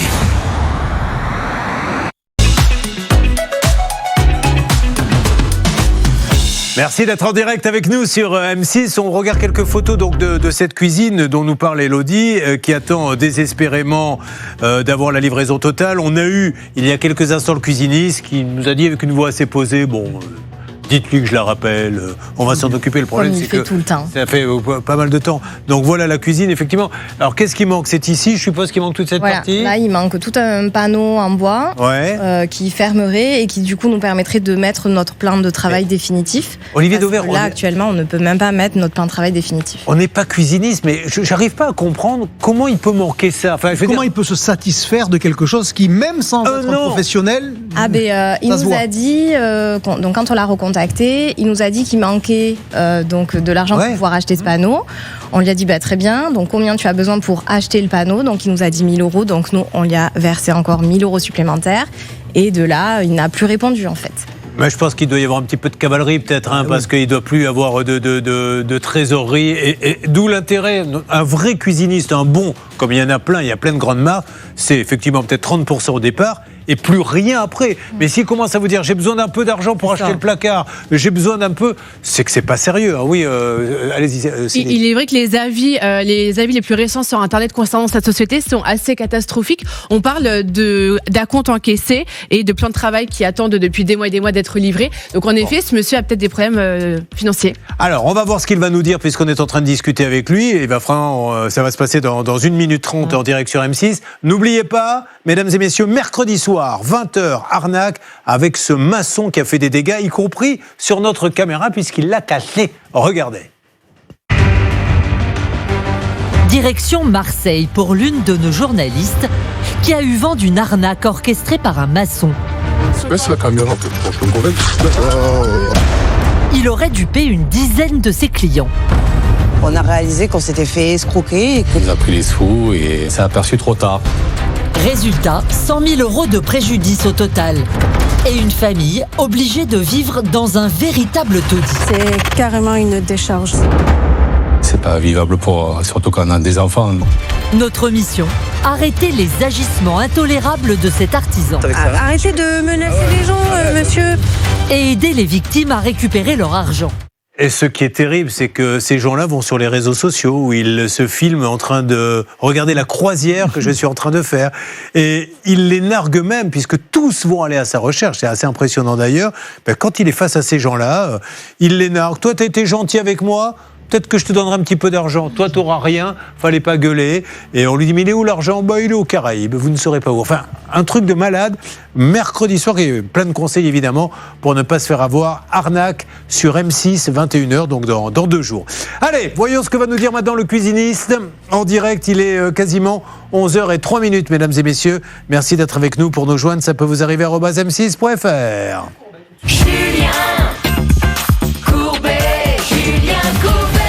Elodie est avec nous, Elodie est infirmière, la voici sur RTL et sur M6, elle a commandé une cuisine, elle a choisi un cuisiniste qui avait fait plutôt du bon boulot à droite à gauche dans l'entourage. Malheureusement, c'est pas des problèmes de pose, c'est qu'il manque des meubles. Oui, voilà. Il manque des éléments. Depuis combien de temps ? 1 an. 1 an ? Comment peut-on passer 1 an et laisser le client sans des éléments qui sont quand même assez importants pour l'esthétique de la cuisine, surtout qu'elle en a besoin, elle, pour sa fille qui est malade. Alors, nous l'avions il y a quelques instants, Stan, au téléphone en direct. Il est 11h04, nous sommes en direct sur RTL. Je vous rappelle que 10h midi, chaque jour, 2 heures pour régler 3 cas. Où en est-on ? Laura a continué à discuter avec ce monsieur pendant presque une petite dizaine de minutes maintenant. Elle peut prendre la parole. Non. Je sais pas, vraiment pas envie. Je pense que là, on a tous besoin. On a eu un week-end difficile. Mais oui, Laura, dites-nous, on est suspendu à vos lèvres. Alors j'ai continué à discuter avec ce monsieur qui ne veut pas s'exprimer à l'antenne. Il nous écoute, mais il veut vraiment pas parler. Est-ce qu'il donne des dates ? Oui, il donne une date. Alors, il va venir chez Élodie ce mercredi matin pour faire le point avec elle. Il m'a expliqué qu'il a eu des soucis un peu avec des fournisseurs, mais qu'il va régler le problème. En tout cas, on s'est donné rendez-vous dans 4 semaines. Tout sera terminé, il me l'a assuré. Alors, il le faut parce que nous, on a l'impression, s'il nous écoute, Monsieur Pomarède, qu'il serait question un peu de cavalerie, parce que je vois pas quel genre de soucis vous pouvez avoir avec des fournisseurs. Soit les fournisseurs vous plantent, et auquel cas, dites-nous-le, on va appeler les fournisseurs, soit vous n'avez pas payé les fournisseurs qui vous ont dit on arrête de livrer. Il y a quelques avis en plus sur les réseaux sociaux qui nous laissent croire. Mais au moins, dites-lui la vérité à un moment donné. Ça a été son excuse à chaque fois, en fait. C'est-à-dire de problème de fournisseur. À chaque fois, il trouvait des Ça ne veut rien dire, un problème de fournisseur. En fait. Il y a 2 sortes de problèmes. Soit on dit le fournisseur n'a pas la marchandise et m'a planté que vous avez commandé, soit je ne l'ai pas payé, il ne veut pas me donner... Le fournisseur, on l'a dans le dossier, on connaît son nom, on a son numéro de téléphone, donc on peut vite lui passer un petit coup de fil, savoir si ce monsieur, le cuisiniste, lui a payé ou non le plan de travail qu'on attend depuis 1 an. Moi, je pense, à mon avis, qu'il n'a pas validé la commande, qu'il a pris les 1 000 € pour le plan de travail, mais qu'il les a gardés pour autre chose. On peut l'appeler. On va faire confiance à ce monsieur. Et rappelez-nous les dates, Laura, de règlement de ce dossier. Alors, premier rendez-vous chez Élodie, donc ce mercredi matin. Voilà, si elle est disponible. Oui, il y a ma compagne. Voilà, parfait. Eh ben voilà, parfait. Et il m'a dit, dans 4 semaines, tout sera terminé. Donc on a pris rendez-vous. Je vous enverrai dans 4 semaines. Dans 4 semaines, vous me donnez un petit coup de fil. Je vais vous donner le numéro de portable de Maître Novakovic. Vous pouvez l'appeler même la nuit. Il y a aucun... Surtout la nuit d'ailleurs. Elle ne répond jamais le jour. Mais je travaille la nuit, ça tombe bien. Ah ben voilà. À votre poste café, 2-3 heures du matin. Bon, on compte sur vous, monsieur, comme ça, on s'en sort bien. On rappelle le conseil ultime. Maître Novakovic, qu'un cuisiniste demande 30% à la commande, certes, mais après on ne donne plus rien. Voilà. On donne quand la cuisine est posée. Exactement, au fur et à mesure de l'avancement des travaux, on peut donner, mais voilà, il faut surveiller l'avancement des travaux et refuser quand on vous dit, écoutez, j'ai pas de quoi payer. Ça veut dire qu'il n'a pas les reins solides. On arrête tout de suite. Si vous rentrez là-dedans, si vous imaginez, alors si on parle encore d'une construction d'une grande maison, effectivement, que au fur et à mesure du chantier, la personne vous dise, il faut payer la toiture, il y en a pour 40 000 €, là je les ai pas en trésorerie, je peux le comprendre. Mais pour une cuisine comme ça, je suis désolé, c'est 30% au départ et tout à l'arrivée. Bien, merci beaucoup. Elle est contente ? Merci. Ben voilà, c'est Laura qu'il faut remercier. Merci Laura. Bah de rien. Bah, oui. Merci Laura. Ouais. Bah de rien. Bah voilà. Bonne ça se fait naturellement. Il y a sans chichi, vous voyez, on n'en fait pas des temps. Pas de jingle sur ça. Mais non, pas encore. Ah non, non. Ah non. Le jingle, oui, c'est quand c'est posé. Tout à fait. Mais tiens, puisque vous avez l'air d'avoir beaucoup de wawa là ce matin, Olivier Dauvert, donnez-nous quelques conseils. Une autre question. Alors, une autre question. Dans le rayon pomme de mon supermarché, m'écrit un auditeur téléspectateur, la pomme Pink Lady vient du Chili.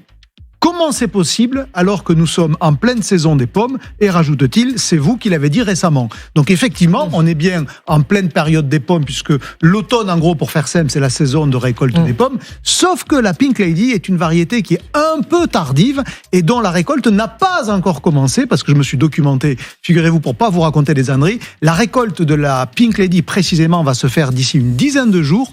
Et les premières Pink Lady françaises, monsieur, arriveront sur les étals dans vos supermarchés le week-end du 9 novembre précisément. Donc, dans l'immédiat, c'est vrai que la pomme Pink Lady que vous achetez, elle est chilienne. Alors, ceux qui ne veulent pas manger chili, eh ben, vous achetez une autre variété de pommes. Et si vous voulez de la Pink Lady française, vous attendez encore, allez, un petit mois et elle sera là. Et c'est parti, mesdames et messieurs, nous jouons au maillon faible. Irène, de quelle couleur sont les Pink Lady? Ah, c'est intéressant ça. Irène? Rouge. Rouge. Et la bonne réponse était? Mais pas que. Exactement. Rouge, mais pas que. C'est l'intérêt. La Pink Lady, pour vous faire très court, c'est une variété qui a été créée par de la recherche variétale, de la recherche génétique, et qui a réussi à tout combiner. Le jaune des pommes habituelles, parce que globalement, la pomme, dans votre imaginaire, c'est jaune, mais sur laquelle il y a des nuances de rouge qui sont arrivées parce que c'est gourmand, c'est séduisant. Et donc, en réalité, la Pink Lady, c'est presque la pomme parfaite, parce que elle a la robe la plus attirante qui soit dans le rayon. Elle a le taux de sucre sucre le plus élevé. Vous voyez, quand vous la comparez, par exemple, avec des Granny Smith, vous savez, celle qui est très acide, la Pink Lady, elle est au contraire très sucrée. Et donc, c'est le fruit de la recherche variétale. C'est pas une OGM ou un OGM, comme l'on dit. Mais voilà, donc c'est une bonne réponse. Elle est rouge, mais pas que, ou jaune, mais pas que. Comment ça devenir agaçant, Irène, à répondre correctement? J'essaie de vous piéger, je n'y arrive pas. Je ne serais pas étonné qu'on ne passe pas beaucoup de temps sur votre cas. Je gagne quelque chose à la fin. Déjà, on va essayer. Oui, alors, si, on va en faire un troisième après. Vous réussissez la passe de 3, je vous offre le livre de l'émission. D'accord? Ça ne pourra plus vous arriver. Voilà, dédicacé par Maître Novakovic. Ça vous fait plaisir? Très. Voilà. Vous voyez, Maître Novakovic, il faut peu de choses pour rendre les gens heureux. Une petite dédicace. Oui, mais le livre est super. Un appel à témoins par Stanislas Vignon. Car la semaine prochaine, nous aurons notre spécialiste cybersécurité, Damien Bancal, qui sera ici avec nous en studio. Donc, si vous avez un problème, par exemple, qu'on vous menace sur Internet, on a déjà eu des cas comme ça, on vous menace de pirater votre ordinateur, de pirater votre téléphone, de pirater vos caméras de vidéosurveillance, ou si on vous a créé un faux profil sur les réseaux sociaux, si vous vous faites insulter, si on vous fait du chantage, des menaces, enfin, tout ce qui concerne Internet, les réseaux sociaux, etc. Envoyez-nous tout de suite un mail à sapeutvousarriver@m6.fr. Notre spécialiste Damien Bancal essayera de vous venir en aide avec nous la semaine prochaine. J'ai vu l'autre jour, il était carrément au journal de 20h de TF1 et continue à venir de chez nous, comme quoi il est resté quand même modeste, parce qu'il pourrait nous envoyer et peut-être maintenant. Bon, en tout cas, appel à témoins, ça peut vous arriver @m6.fr. 2 cas ont été lancés, il y en a 3, vous le savez. Le 3e arrive, vous avez choisi RTL en direct. Dans Ça peut vous arriver, chaque problème a sa solution. Juste avant d'attaquer le cas d'Irène, rappelez-vous Delphine et sa piscine. Revoyez les photos parce que ça bouge peut-être un petit peu. Alors c'est un cas qu'on a traité. Cette dame, elle doit être encastrée, si je me rappelle bien, Stan, la piscine.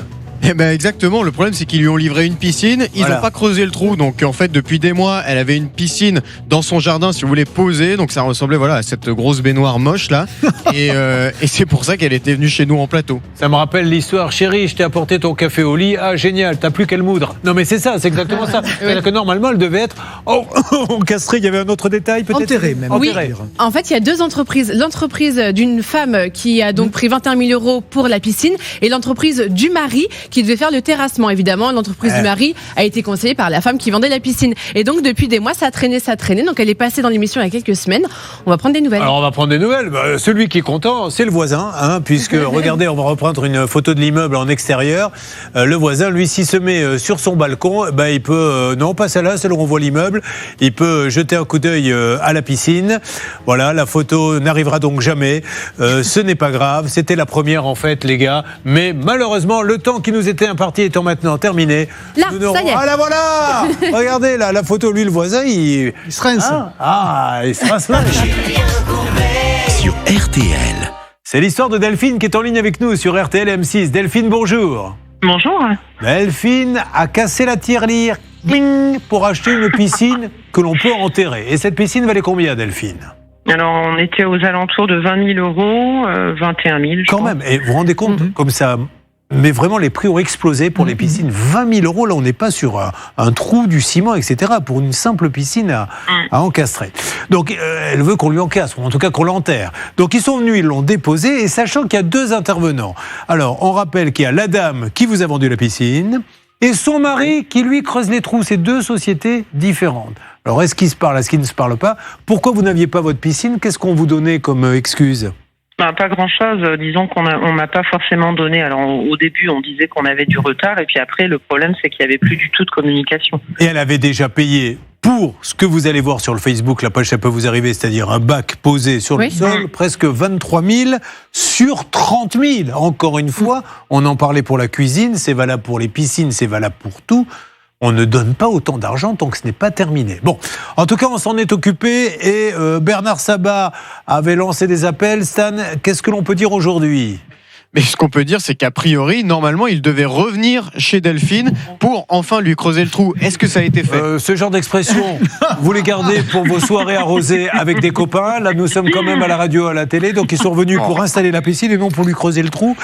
Et sont-ils venus, s'il vous plaît ? Tout à fait. La piscine est posée, enterrée, donc j'ai envoyé des petites photos qui devraient apparaître, j'imagine. Alors, on va les mettre sur le Facebook, la page Ça peut vous arriver. Donc, on a des photos d'une piscine. Effectivement, si vous allez sur le net, sur notre site, vous verrez une superbe piscine enterrée encastré avec du gravier tout autour et c'est très très joli du coup. Et ça me permet, comme c'est très joli et bien fait, de dire bravo à Techni Sylvia et à Freedom Piscine Mourgue, parce que voilà, vous faites bien votre job et vous pouvez pas laisser les gens comme ça en posant une piscine et en disant, je crois qu'il nous avait dit, on n'a pas le temps, etc. Soit vous n'avez pas le temps d'encaisser la compte et dans ces cas-là, les gens attendent, mais à partir du moment où vous payez, les gens veulent un résultat immédiat. Eh ben, bravo à eux, Techni Sylvia et Freedom Piscine Mourgue, c'est du bon boulot. Vous êtes contente, madame ? Oui, tout à fait. Merci beaucoup à toute l'équipe. Je vous en prie, bravo. Il n'est pas là, mais on va quand même remercier Bernard Sabat. Quand même. Allez, c'est parti, oh lélé, oh là là, avec Bernard Sabat, bien sûr. Oh là là, quand Bernard s'en mêle, la piscine est là. Merci à vous. Problème de jardin, d'extérieur, de tout ce que vous voulez, ça peut vous arriver à m6.fr. Gros bisous, Delphine. Du coup, vous ne l'avez toujours pas essayé ? Non, pas encore. Non, j'enverrai la photo plus tard quand il sera meilleur. Avec plaisir. Si vous avez des photos de vous en train de vous baigner, on peut mal faire une émission spéciale. Hein. On est même prêt à faire en live et en duplex. Hein. Bon, merci super. beaucoup. À bientôt. Merci. Bonne journée. Au revoir. Vous avez entendu ce qu'elle a dit ? Pour sortir de la conversation, ouais, super. Voilà. Quand on dit ça en général, ça veut dire ta blague, tu te la mets où je pense et passe vite à autre chose. Je rappelle, qu'est-ce que je rappelle ? Que nous avons lancé 2 cas. Nous avons le cas incroyable de Simone avec des squatteurs et qui paie un loyer à quelqu'un qui a décidé que l'appartement lui appartenait, Céline. Oui, ça fait depuis le début d'année que 2 appartements en plein Paris sont squattés. Une dame encaisse les loyers et les locataires, en tout cas les squatteurs, sont en lien par texto avec notre amie Simone. Ils étaient prêts à partir, sauf que maintenant on n'arrive plus à les joindre. On a également eu une conversation assez courte avec la fausse propriétaire. Ce qui est dingue, c'est que cette dame ne nie pas, hein. Elle raccroche, mais à chaque fois on lui dit « Mais madame, vous encaissez des loyers d'appartements qui ne vous appartiennent pas ». Elle ne dit pas le contraire. Alors on va essayer on va la retrouver, hein, vous inquiétez pas, madame. Laissez-moi quelques jours, on va réussir à tomber dessus. Saïda Labza, si vous pouvez nous aider à prendre contact avec cette dame, ça serait bien. Et il y a Moa Hamedi, il faut qu'on parle avec lui aussi. Et là, je pense qu'on ira taper à la porte des squatteurs pour qu'il nous prouve par A plus B qu'il paie bien un loyer. Alors après, reste un autre problème, Hervé, c'est ces compagnies d'électricité. Il suffit de donner un coup de fil et de dire... Vous me coupez le courant au nom de Courbet, puis vous le mettez au nom de Dauvert. Et ça se fait sans rien. Alors là, j'estime, moi, qu'ils ont une responsabilité. Hervé Pouchol. Alors j'ai une promesse de la direction d'EDF qui m'a promis une réponse d'ici la fin de l'émission. Ils prennent ce dossier très au sérieux, ils ont tous les éléments, il y a une cellule carrément qui a été créée ce matin pour essayer d'avancer et pour aider notre auditeur. Allez, on avance et on va retrouver cette dame, ne vous inquiétez pas Simone. On a lancé le cas d'Élodie qui a besoin d'une cuisine parce que sa fille a besoin de nourriture particulière, puis de toute façon, même si elle n'est pas votre fille, elle a payé pour une cuisine 1 an après. Il manque des éléments. Comment 1 an après, on ne peut pas livrer des éléments aussi simples qu'un cash, etc. Où en est-on ? Donc on a une date précise d'installation de la part du cuisiniste Laura. Oui, il y a un premier rendez-vous donc ce mercredi matin pour faire le point et tout sera terminé d'ici 4 semaines maximum. Allez, dans une seconde, Irène que j'essaie de piéger au maillon faible depuis tout à l'heure. Je n'ai pas réussi, mais attendez, j'ai le droit à un 3e essai. Elle le sait, Irène. Le 3e sur les starting blocks sera compliqué. On va l'aider. Oui. 100 000 € cash, incroyable. 100 000 € cash. Vous aussi gagnez 25% du salaire d'Olivier Dauvert. Comment ?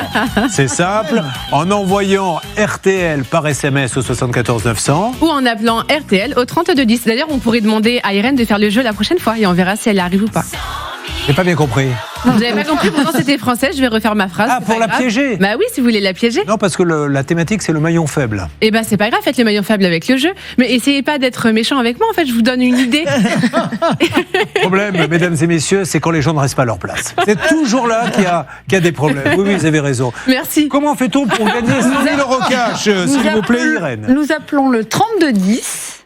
Et ouais, ça c'est... 0,50 centimes la minute. Plus le prix d'appel. Elle lit derrière. Elle a un petit écran où elle voit tout. Dur, c'est le SMS. À quel numéro l'envoie-t-on ? Faites disparaître tous des écrans. 3210. Voilà, non, c'est pas exactement ça. Bon, j'aurai un petit maillon fleuve à vous faire quand même. Allez, 3210 ou bien par SMS RTL au 74 900. Nous allons parler effectivement d'Irène. Irène avec une histoire de gravat. Quand vous achetez une maison ou un terrain et que l'on vous cache, parce que là il y aura des choses à dire, Maître Novakovic, qu'il y avait une décharge dessous, ou un ancien chantier, ou un endroit où on est venu mettre des gravats, c'est un chantier, c'est la cata, parce que vous ne pouvez plus rien faire de ce terrain. Et si vous voulez le débarrasser de tout ça, c'est à vous de payer et ça coûte très cher. C'est notre prochain dossier RTL M6 en direct. Ça peut vous arriver à votre service. Allez Irène, on va remuer un petit peu le couteau dans la plaie. On regarde les images. Et bien sûr. Regardez cette belle maison. Voilà, donc ça c'est les ronces. En fait, vous achetez, il y a des ronces. Oui. Bon, vous savez qu'il faut faire venir quoi, un débroussailleur, vous l'avez fait vous-même ? Je l'ai fait moi-même. Monsieur vous a même pas aidé ? Je n'ai pas de monsieur. Ah, c'est pour ça qu'elle est venue. Je me disais, parce que c'est pas un vrai problème. Elle a profité de l'émission pour passer une annonce pour trouver un monsieur. Absolument pas. Alors, elle l'a fait et donc, elle va faire des petites découvertes, Stan. Allons-y. C'est parti. Elle va faire des découvertes en fait au moment où elle va retirer les ronces, où elle va essayer de débroussailler tout ça. Et sous les ronces, qu'est-ce qu'elle va découvrir ? Des gravats comme ça qui sont à moitié enfouis. Alors comme ça, on se dit attendez, la pierre, elle peut la retirer. Non, ça coûte ultra cher parce qu'il y en a partout il y en a partout dans le jardin. Et donc pour retirer tout ça et faire évacuer ces déchets, il y en a pour plus de 6 000 €. Irène, c'est pas juste ce petit endroit. C'est-à-dire qu'il y en a partout. Là, on a fait un gros plan pour voir, mais c'est plus étendu. Donc c'est des centaines et des centaines de kilos de pierre, non ? Voilà, et ben voilà, on continue. Donc, alors attendez, je vois pas bien. C'est-à-dire, où est-ce qu'on voit les gravats ? Tout ce qui est à gauche là ? La partie sur votre droite, c'était la partie où il y avait les ronces, que j'ai commencé à nettoyer. Et les gravats vont à peu près jusqu'à la table. Donc tout ça dessous là, il y a des morceaux de pierre. Si vous creusez, vous allez trouver. Ça va profond ? Moi, j'ai pas plus touché que ça. J'ai pas voulu. Très vite, vous avez compris qu'il y avait un problème. Bon, alors évidemment, responsabilité du vendeur ou non ? Était-il au courant ou non ? Autant de questions que nous allons poser à Maître Novakovic, qui, si on fait un gros plan sur elle, est bien embêtée parce qu'elle se dit qu'est-ce que je vais bien pouvoir lui répondre ? Je n'en sais strictement rien, mais. Heureusement, il y a Internet. Elle vient d'envoyer un texto à un collègue en lui disant « Peux-tu m'écrire une réponse circonstanciée ?» On y va et on va lancer l'appel au propriétaire dans une seconde. Alors, vous avez acheté une maison et vous avez découvert derrière les murs ou un appartement l'horreur, l'humidité, bref, du cache-misère. Ça peut vous arriver, @m6.fr.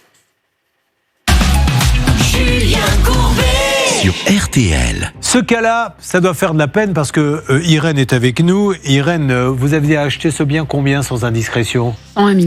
Voilà, et donc il doit y avoir un bel emprunt, c'est un projet de vie là. C'est ça, c'est exactement ça. Il y a pour tout le restant de ma vie, quoi. Bien sûr, elle paie jusqu'à la fin de sa vie, une jolie petite maison avec un joli petit jardin et rapidement elle va découvrir un truc de dingue. On va y revenir dans quelques instants. Elle arrive de l'Isère. Oui. Qu'est-ce qu'il y a de beau à voir à Beaurepaire ? Ma maison. Oui. La visite du chantier qui est organisée avec des bus. Pas le dimanche parce qu'elle se repose, mais les autres jours elle peut. Alors je viens juste d'y habiter à Beaurepaire. C'est une chouette petite ville, il y a beaucoup de commerce, il y a beaucoup de... Vous avez encore les enfants à la maison ? Non, plus. Et les petits-enfants, elle en a 4 ? J'ai 4 petits-enfants. Et alors c'était bien ce petit jardin pour les petits-enfants ? Et voilà, et malheureusement, depuis que je l'ai, ils n'ont pas pu... Alors, a pu en profiter. Essayons de raconter comment se sont passées les choses. Vous êtes passé par agence pour acheter la maison ? Oui, par une agence. Qu'est-ce qu'ils vous disent aujourd'hui sur les... Alors l'agence a fermé au 25 décembre 2023. D'accord. Et l'agent immobilier m'a dit qu'il n'avait plus affaire avec... Bon. Et le propriétaire, qu'est-ce qu'il dit ? Alors le propriétaire, d'abord je suis passée par ma notaire quand j'ai vu ce qui se passait en lui disant j'ai un souci sur mon terrain. Donc elle m'a demandé de lui envoyer des photos. Elle m'a dit ça ressemble à un vice caché. Je vais contacter leur notaire. Donc j'ai commencé à contacter ma notaire au mois de avril-mai. Je lui ai demandé de les relancer au mois de juin, de les relancer au mois de juillet, de les relancer au mois d'août. Et je n'ai eu aucune réponse. J'ai moi-même appelé leur notaire. On m'a dit que je n'avais pas à les appeler, ça se faisait entre notaires. Ah oui. Voilà. Bon. Et du coup, comme je n'avais pas de réponse, j'ai fait une lettre de mise en demeure au propriétaire en leur demandant une réponse. Très bien. Racontez-nous juste le moment, parce que je suppose que quand vous avez acheté, donc il y avait des ronces, vous le saviez, le terrain était en friche, elle était inhabitée la maison ? Non, ils habitaient dedans. Ah oui, et personne ne s'occupait du jardin ? Il l'avait laissé en friche ? Les ronces étaient jolies. D'accord. Et donc, ce jour-là, il fait un joli beau temps. Elle se dit, je vais aller débroussailler tout ça et me faire un joli petit jardin. La voilà donc qui va d'abord chez le quincaillier pour acheter de grosses pinces pour couper toutes ces roses. Vous savez quoi, vous les avez coupées? Avec ça. Avec une grosse pince. Elle va dans le jardin et là, elle commence à couper. Quand elle coupe en surface, il ne se passe rien. Non. Mais à quel moment il se passe quelque chose? Quand j'ai commencé à aller vraiment à ras du sol, où j'ai vu qu'il y avait un moellon qui sortait de la terre. Un moellon? Oui. Au chocolat? Un moellon. Moellon. Ah ouais, c'est que je ne sais pas ce qu'est un moellon. Qu'est-ce qu'on appelle un moellon? Moi, j'appelle ça. Attendez, le maillon faible. Oh là là, mesdames et messieurs, on y va. Alors vous avez la réponse. Bonjour Élodie. Qu'est-ce qu'un moellon, s'il vous plaît? Mais c'est un parpaing. C'est pour faire construire la. Et un parpaing. Un moellon, c'est un parpaing. Bonne réponse. Encore raté, je n'arriverai pas à les avoir. Donc vous voyez un parpaing qui sort, mais là vous vous dites, bon, il y en a un, je l'enlève. J'ai trouvé. Non, je ne l'ai pas enlevé, j'ai trouvé bizarre. J'ai dit, bon, j'ai eu la présence d'esprit de prendre en photo. Ouais. J'ai dit, c'est bizarre, donc j'ai continué à couper mes ronces, pas en une seule journée, bien évidemment. Et au fur et à mesure où j'avançais, j'ai trouvé. Donc c'est essentiellement des parpaings qu'il y a sous la terre. Ouais, des barres de fer, des tuiles. Mais alors qu'est-ce que ça pouvait être? Un chantier abandonné? Non, c'est des gravats de travaux. D'un voisin? Non, peut-être même de cette maison, parce que vous savez, quand vous avez. Pourquoi vous dites de... Attendez, je vous coupe. Pourquoi vous dites de cette la maison? Parce que la maison a été. Ils l'ont rénovée en fait. Ah, donc vous avez la preuve qu'elle a été rénovée récemment et que. Sur l'acte d'achat, oui. Ah, ok. Oui, et donc celui qui fait ça, pour s'éviter des trajets à la déchetterie ou que sais-je encore, la tentation, c'est de les enfouir. C'est pas bien. Savoir, je n'ai aucun accès pour aller dans mon jardin, hormis de passer dans la maison, parce que mon jardin est à flanc de colline. Donc je monte 3 étages et j'ai accès sur mon jardin. Il faut aller au 3e pour aller au jardin? Oui. Mais ça, vous le saviez dès le début ou... Oui. Ah oui, d'accord. Mais ça conforte l'hypothèse que pour les gravats. c'est difficile à évacuer et que quand c'est difficile à évacuer, il y en a quelqu'un qui s'est dit je vais les laisser là, ça se verra pas. Vous voyez, on comprend tout. Vous vouliez faire le malin à Stan en disant est-ce que vous allez être capable de mener des enquêtes les uns les autres? Oh non, on apprend certainement plus qu'avec les fiches que vous nous laissez le matin. Ça, c'est vrai que je vous ai sous-estimé. Alors ça, dès qu'il s'agit de moellons et de parpaings, vous n'êtes pas le dernier. Non, pas parpaing. Parpaing. Moellon, c'est un parpaing parce qu'elles nous viennent de Purpaing. Du sud. La région de Toulouse. Mais vous êtes de quelle origine? Enfin, de Toulouse, oui, je suis née là-bas. Bon, alors on y va. Tout de suite, Maître Novakovic, ça c'est super important. On va lancer les appels dans la dernière demi-heure. Est-ce que c'est un vice caché? Est-ce que le propriétaire peut dire « je n'étais pas au courant » ou est-ce que, comme on le dit pour les garagistes, de toute façon, il est censé être au courant de tout? Et oui, effectivement, les diagnostics de pollution des sous-sols n'est pas obligatoire avant la signature d'un acte authentique. Alors du coup, j'ai cherché la jurisprudence et j'ai heureusement trouvé un arrêt de cassation qui est récent, qui date du mois de mai dernier, qui a condamné le propriétaire, l'ancien propriétaire, pour vice caché. Donc, bonne nouvelle, vous pouvez attaquer pour vice caché, madame. L'avocat de madame, je suppose, se servira des factures de travaux et mènera une enquête pour dire, regardez, monsieur le juge, il y a eu des travaux, je dis n'importe quoi, 1 an avant, et comme par hasard, on trouve des gravats. Bien sûr, ça fera partie des éléments de preuve qui seront réunis et dont l'état actuel, effectivement, et des travaux à effectuer pour enlever tout ça. Donc oui, il y a une action possible grâce à la Cour de cassation qui a jugé récemment. On sait que quand ont eu lieu les travaux chez ces gens-là, ou pas du tout? Vous avez demandé les factures, non? Alors j'ai certaines factures, je suis pas sûre que ce soit. Mais que ça corresponde vraiment. Ouais, je sais pas. Allez, on va s'en occuper. Restez avec nous. L'appel à ces propriétaires va être très intéressant. Il aura lieu en direct sur RTL M6. Je vous rappelle une nouvelle fois parce que l'émission me tient vraiment à cœur que mercredi soir, vous savez, un numéro d'arnaque. Et là, nous sommes aussi l'émission anti-arnaque tous les matins sur M6 à 21h. Et il y aura donc ce maçon dont je vous ai parlé, qui prend les acomptes, qui a cassé notre caméra. Vous le verrez, la scène a été filmée. Mais vous aurez aussi ce vendeur de fenêtres qui prend des acomptes partout. Mais vous pouvez pas savoir. D'ailleurs, tous ces gens-là, on les retrouve. Ils sont tous partis à la gendarmerie et à la recherche de ce monsieur qui a été mis devant le fait accompli, des milliers et des milliers et des milliers d'euros et des gens qui n'ont absolument rien. Bon, on va lancer l'appel. Ils sont sympas, les propriétaires, Irène, ou pas du tout? Ils semblaient sympas, oui. Mais là, plus maintenant? Ils comprennent pas ma démarche. Donc, non. Je dis qu'ils comprennent pas ma démarche, donc ils doivent être un petit peu moins sympas. Ils comprennent pas que vous trouviez, parce qu'il y en a pour combien pour enlever les gravats? J'ai fait faire un devis pour 6 000 euros. Bon, alors moi, ce que je peux vous proposer, Stan, Hervé, ce week-end et Olivier Dauvert, vous ne faites rien. Vous allez enlever les gravats chez Irène. Voilà, une histoire de régler. On enchaîne, mesdames et messieurs. Merci d'être avec nous en direct. RTL M6. Ne bougez pas. Ça peut vous arriver revient dans un instant.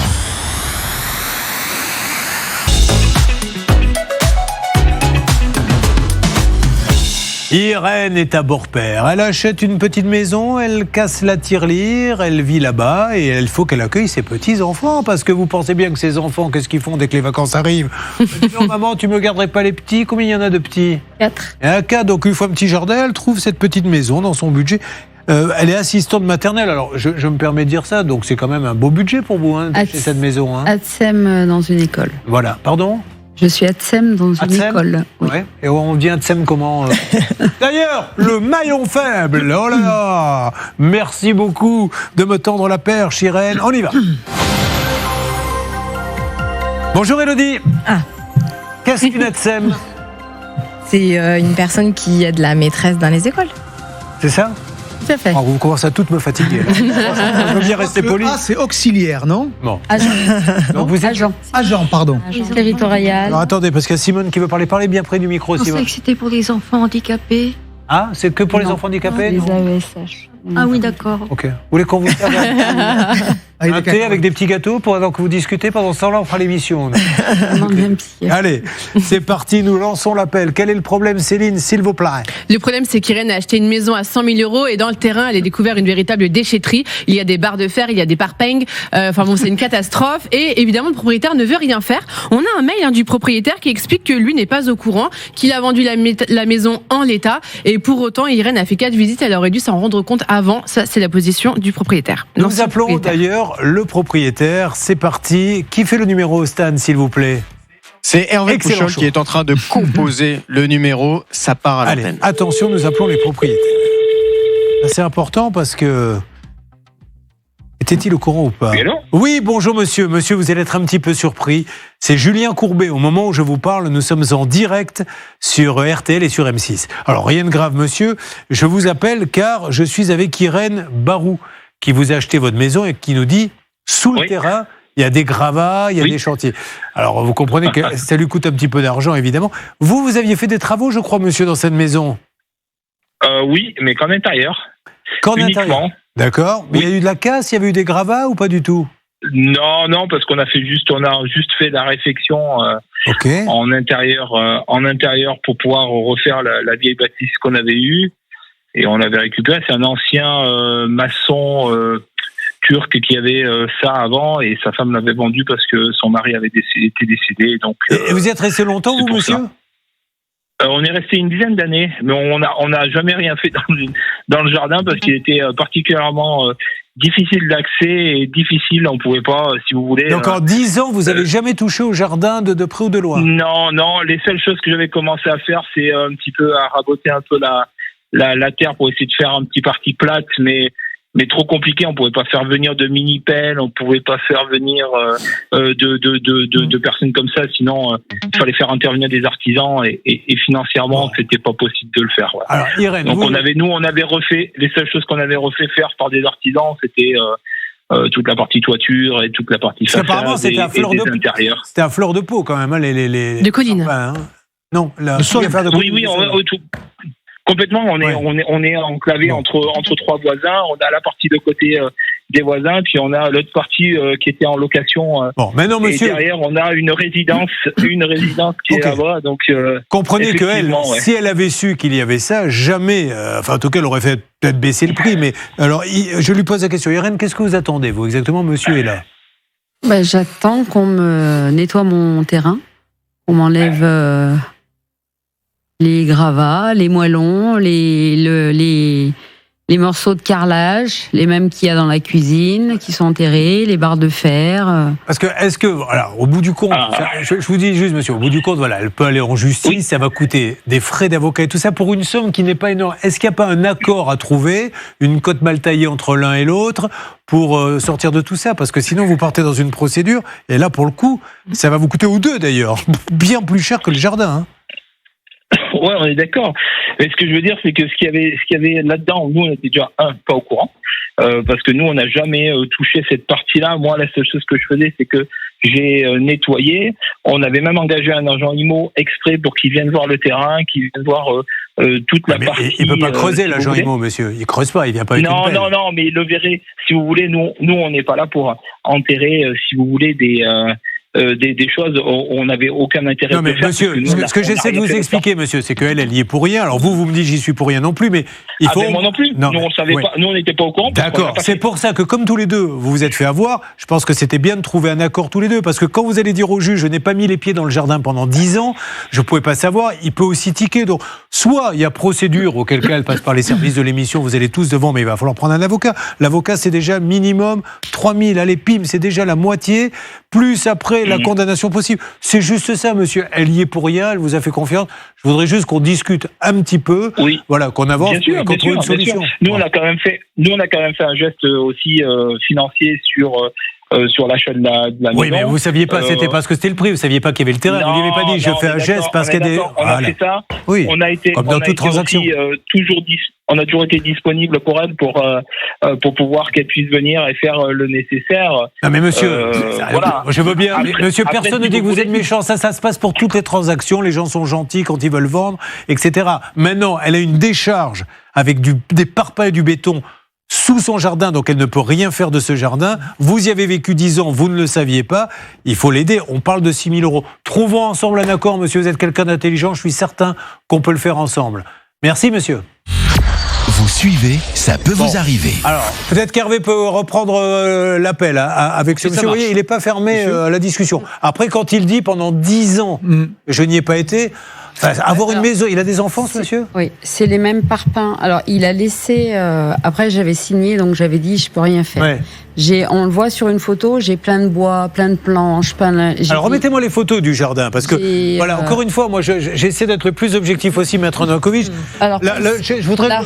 Alors quoi, là ? On voit pas trop la partie à gauche, là où il y a les bois, tout ça. Non, mais juste, voilà. On a ça, j'avais demandé à le faire enlever. On achète une maison, on a des enfants... Et on ne va jamais dans c'est le seul jardin qu'il y a. Il n'y en a pas un autre devant. Non, il n'y a que ça. Non, et puis Julien, la nature, elle a quand même quelques caractéristiques connues de tous. C'est qu'en 10 ans, elle se développe. Il y a de l'herbe qui pousse, il y a des ronces. On ne peut pas laisser un terrain comme ça pendant 10 ans sans y mettre le nez. Ce n'est pas possible. 10 ans, vous imaginez, c'est 10 saisons. Ça serait là encore. Bah voyons, c'est du bon sens. Ouais. Donc c'est pour ça que moi je veux bien que ce monsieur, dites-nous, vous pouvez réagir d'ailleurs sur le hashtag CPVA, ça me paraît quand même incroyable d'acheter une maison avec un jardin et de ne pas mettre les pieds dans le jardin alors qu'on a des enfants. C'est juste pour ça qu'on les achète. Sylvie ? Alors le terrain a été acheté, on va dire, en l'état, sauf que ont été enfouis manifestement des détritus dangereux, des pollutions. Donc c'est là, effectivement, qu'intervient la jurisprudence qui dit non, c'est un vice caché. Et c'est pour ça qu'il y a eu déjà des condamnations, notamment en mai. Céline. Sur la photo qu'on a vue juste avant, il y a un tas de bois sur la gauche. Et ce tas de bois, lors des visites, Irène a demandé à l'agent immobilier ce qu'on pouvait en faire. Et l'agent immobilier a dit, vous inquiétez pas, lorsque vous arriverez dans la maison, les propriétaires auront enlevé ce tas de bois. Et effectivement, si les propriétaires étaient allés voir en dessous du tas de bois, peut-être qu'ils auraient vu, et peut-être même qu'ils ont vu des détritus. On ne sait pas. En tout cas, l'accord n'a pas été tenu. Il devait enlever ce tas de bois et ça n'a pas été fait. Alors, moi, je voudrais juste dire à Irène la chose suivante. Au tribunal, on demande absolument tout ce qu'on veut, des préjudices, etc. Mais nous ne sommes vraiment pas un tribunal. Mais alors, au contraire, et je ne peux que vous conseiller quelque chose. Ne passez pas par nous. Allez directement dans un tribunal si vous le souhaitez en prenant des avocats. Alors là, on n'est pas là pour vous dire passez par nous plutôt que le contraire. Voilà. Maintenant, si vous voulez passer par nous, et je crois que quelque part, enfin c'est peut-être un peu présomptueux de dire ça, mais on rend un peu service à la justice parce que quand on sait qu'il y a 2 ans d'attente pour des histoires, donc pour une histoire de débroussaillage, peut-être que le juge il est content de ne pas avoir à s'en occuper.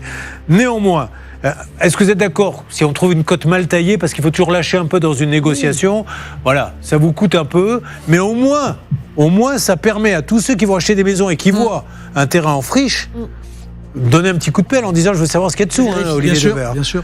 Mais bon, alors c'est de ça dont il est question. Ça négocie là-bas avec Hervé, Stan ? Oui, ça négocie. Il est en train d'essayer de négocier, justement, d'essayer de convaincre ce monsieur de payer une partie du devis. Alors évidemment, il lui parle du devis de 6 000 euros. Est-ce que ce monsieur acceptera de prendre tout en charge? Ce n'est pas sûr. On essaye de trouver une cote mal taillée et j'espère que Hervé aura du nouveau d'ici quelques instants. Et si on pouvait avoir d'ailleurs les coordonnées, puisque vous me reprochez de ne pas faire d'enquête, on l'a bien compris Stan, si on pouvait avoir le numéro du maçon pour savoir comment lui explique qu'il y ait tout ça, enfin de la dame, de l'épouse. Oui. De l'épouse. Ouais, j'ai un numéro pour aller avoir les gens décédés comme Quel talent, mais quel talent. On n'est pas là depuis 25 ans pour rien. Mais arrivé d'appeler des gens décédés, Olivier Dauvert. Autant pour moi. Vous savez à qui vous parlez. On a déjà eu des cas. Mais bien sûr. Son épouse, pour qu'elle nous dise, oui, c'est vrai que mon mari maçon mettait les pierres dans le jardin. Allez, avançons, mais je suis sûr on devrait pouvoir trouver une solution dans ce dossier M6. Julien Courbet. Sur RTL. Il laisse encore quelques secondes, mesdames et messieurs, en direct sur RTL. Il est 11h46 et on est sur M6 également.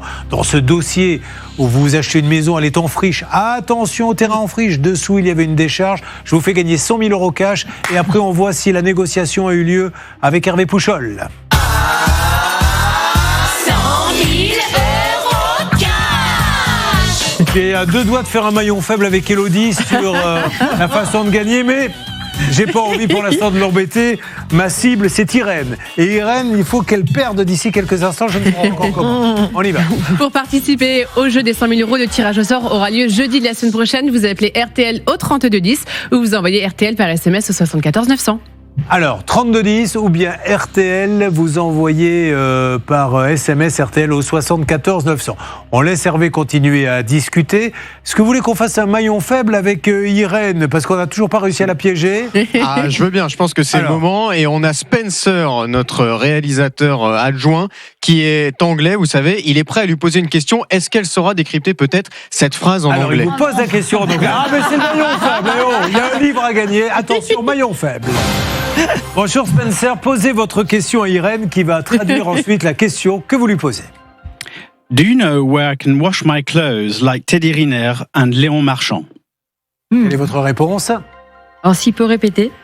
Alors, do you know where I can wash my clothes like Teddy Riner and Léon Marchand? Alors? Donc Teddy Riner, quelle est la couleur de clothes? Du cheval blanc de Léon Marchand. Alors, voyons si Olivier Dauvert, qui est censé répondre, parce que c'est une vraie question, a compris. Oui, effectivement, c'est une question qui repose en fait sur le fait que vous pouvez, si vous le souhaitez, acheter des appareils électroménagers, par exemple une machine à laver, c'était ça le sens de la question. Où pouvez-vous laver vos vêtements comme Teddy Riner et Léon Marchand? Eh bien, vous pouvez le faire en allant sur un site que vient d'ouvrir Darty, vous connaissez tous cette grande enseigne-là, qui était le fournisseur officiel en électroménager du village des athlètes pendant les Jeux Olympiques. Donc, il y avait des machines à laver, des frigos, que sais-je encore. Et désormais, ce sont des produits qui sont vendus en seconde main. C'est de l'occasion puisqu'ils ont déjà servi une première fois. Il y a un site dédié qui s'appelle Darty Seconde Vie Collector, vous verrez. Et donc, il y a des machines à laver, des frigos. Et vous pouvez vous dire que c'est peut-être dans cette machine à laver que Teddy Riner a lavé son kimono ou Léon Marchand son petit slip de bain. Voilà. Donc il en reste encore quelques-unes. Pardon? Donc je réponds. Non. Mais bon, comme vous m'êtes sympathique, vous gagnez quand même le livre. Ça ne pourra plus vous arriver. Le livre des 100 règles d'or à connaître. Vous le trouvez chez tous les bons libraires. Et c'est vraiment une bible. Quand on se fait, avant de se faire avoir, vous n'avez que des conseils dedans, ce ne sont que des règles d'or. On va vous le donner, mais attention, nous allons donner à 11h, presque 50, la parole au seul, au grand, à l'unique, Hervé Pouchol. Hervé, vous avez pu parler avec ce monsieur, où en êtes-vous de cette discussion? Alors écoutez, ce monsieur n'a pas suffisamment d'argent pour pouvoir dépenser plus de 6 000 euros, mais il a une solution à proposer à Irène. C'est que lui et quelques amis viennent avec un camion-benne, il nettoie le terrain et il enlève tous les gravats. Alors pourquoi ça vous plaît pas, Irène, ça? Parce que j'ai pas trop envie d'avoir ces gens chez moi. Ah ouais, mais Irène, il faudra bien que quelqu'un vienne. C'est pas des desperados, ces gens-là. Mais Irène, vous faites comme vous voulez. Oui. Ouais. Alors, mais peut-être, il n'a pas 6 000, mais il était peut-être question de donner un petit peu moins si on trouve un accord. J'ai proposé, mais on n'allait pas au-delà de 1500, donc on n'allait pas très loin. Moi, ce que je vous propose, Irène, franchement, laissez-lui cette chance. Nous, on va suivre ça et on va même venir le jour. On peut envoyer un envoyé spécial, Stan? Tout à fait, on peut envoyer un envoyé spécial. Un envoyé spécial qui suit tout ce qui se passe et on voit ce qui reste ou pas. Parce que je vous ai dit, en fait, on est obligé de passer dans ma maison. Donc, Oui, mais Irène, si vous donnez 6 000, la personne qui va venir, elle va passer par où? Par votre maison. Oui, voilà. Mais bon, après, ils me font un nettoyage de maison, ils me font un nettoyage de terrain, ils me font... Écoutez Irène, moi je suis là pour essayer de trouver une solution. Maintenant Irène, il y a une autre solution qui est toute bête. Vous allez au tribunal, vous assignez ce monsieur et vous obtiendrez, alors au bout de combien? Peut-être 6, 7, 8 mois? Ah, plus que ça, parce qu'il faut se constituer par avocat, c'est obligatoire. Parce que ça touche au droit de Dans un an et demi, après avoir pris un avocat et tout ça, vous l'avez. Maintenant Irène, moi j'essaie de trouver la meilleure des solutions, mais si ce monsieur n'a pas d'argent, moi vous comprenez bien que je n'ai pas la possibilité de lui mettre, et je ne le Oui, tout à fait. un pistolet sur la tempe. Maintenant, vous pouvez être là et faire venir vous-même 2-3 amis qui checkent tout ce qui se passe et il enlève le plus gros, oui. Où Hervé a dit que ce monsieur était prêt à donner 1 500 € sur les 6 000. Alors évidemment, c'est pas énorme, mais c'est déjà pas mal. Peut-être que c'est aussi une solution qui peut vous convenir. Il vous reste 4 500 à votre charge. Voilà, il peut aussi donner 1 000 et venir avec ses amis pour après le nettoyage et compagnie. Bon, réfléchissez un petit peu, essayons d'avancer. Mais voilà, que ce monsieur fasse quand même un effort et qu'il lui envoie peut-être par écrit la façon dont il compte travailler. Est-ce qu'il a des outils? Est-ce qu'il a tout ça? Que ça soit bien clair. Hein. C'est pas 3 copains, tiens, la pouche, prends-moi la brique et va la mettre dans la camionnette, dans le Kangoo. Ah non, moi j'y suis pas, moi. Hein. Mais si, parce que apparemment le monsieur vient de nous dire que je suis un bon ami d'Hervé Pouchol.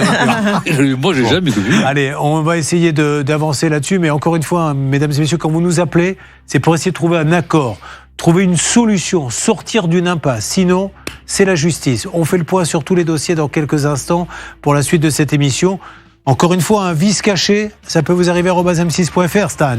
Tout de suite, par mail, ça peut vous arriver à @m6.fr. Vous laissez votre numéro de téléphone. Et pareil, je vous rappelle que nous aurons Damien Bancal, notre expert cybersécurité, la semaine prochaine. Donc, si vous êtes victime de malveillance sur Internet, de chantage ou de piratage, tout de suite, ça peut vous arriver à @m6.fr. Vous avez entendu le petit signal informatique qui veut dire attention, il y a une pause qui démarre en direct RTL M6.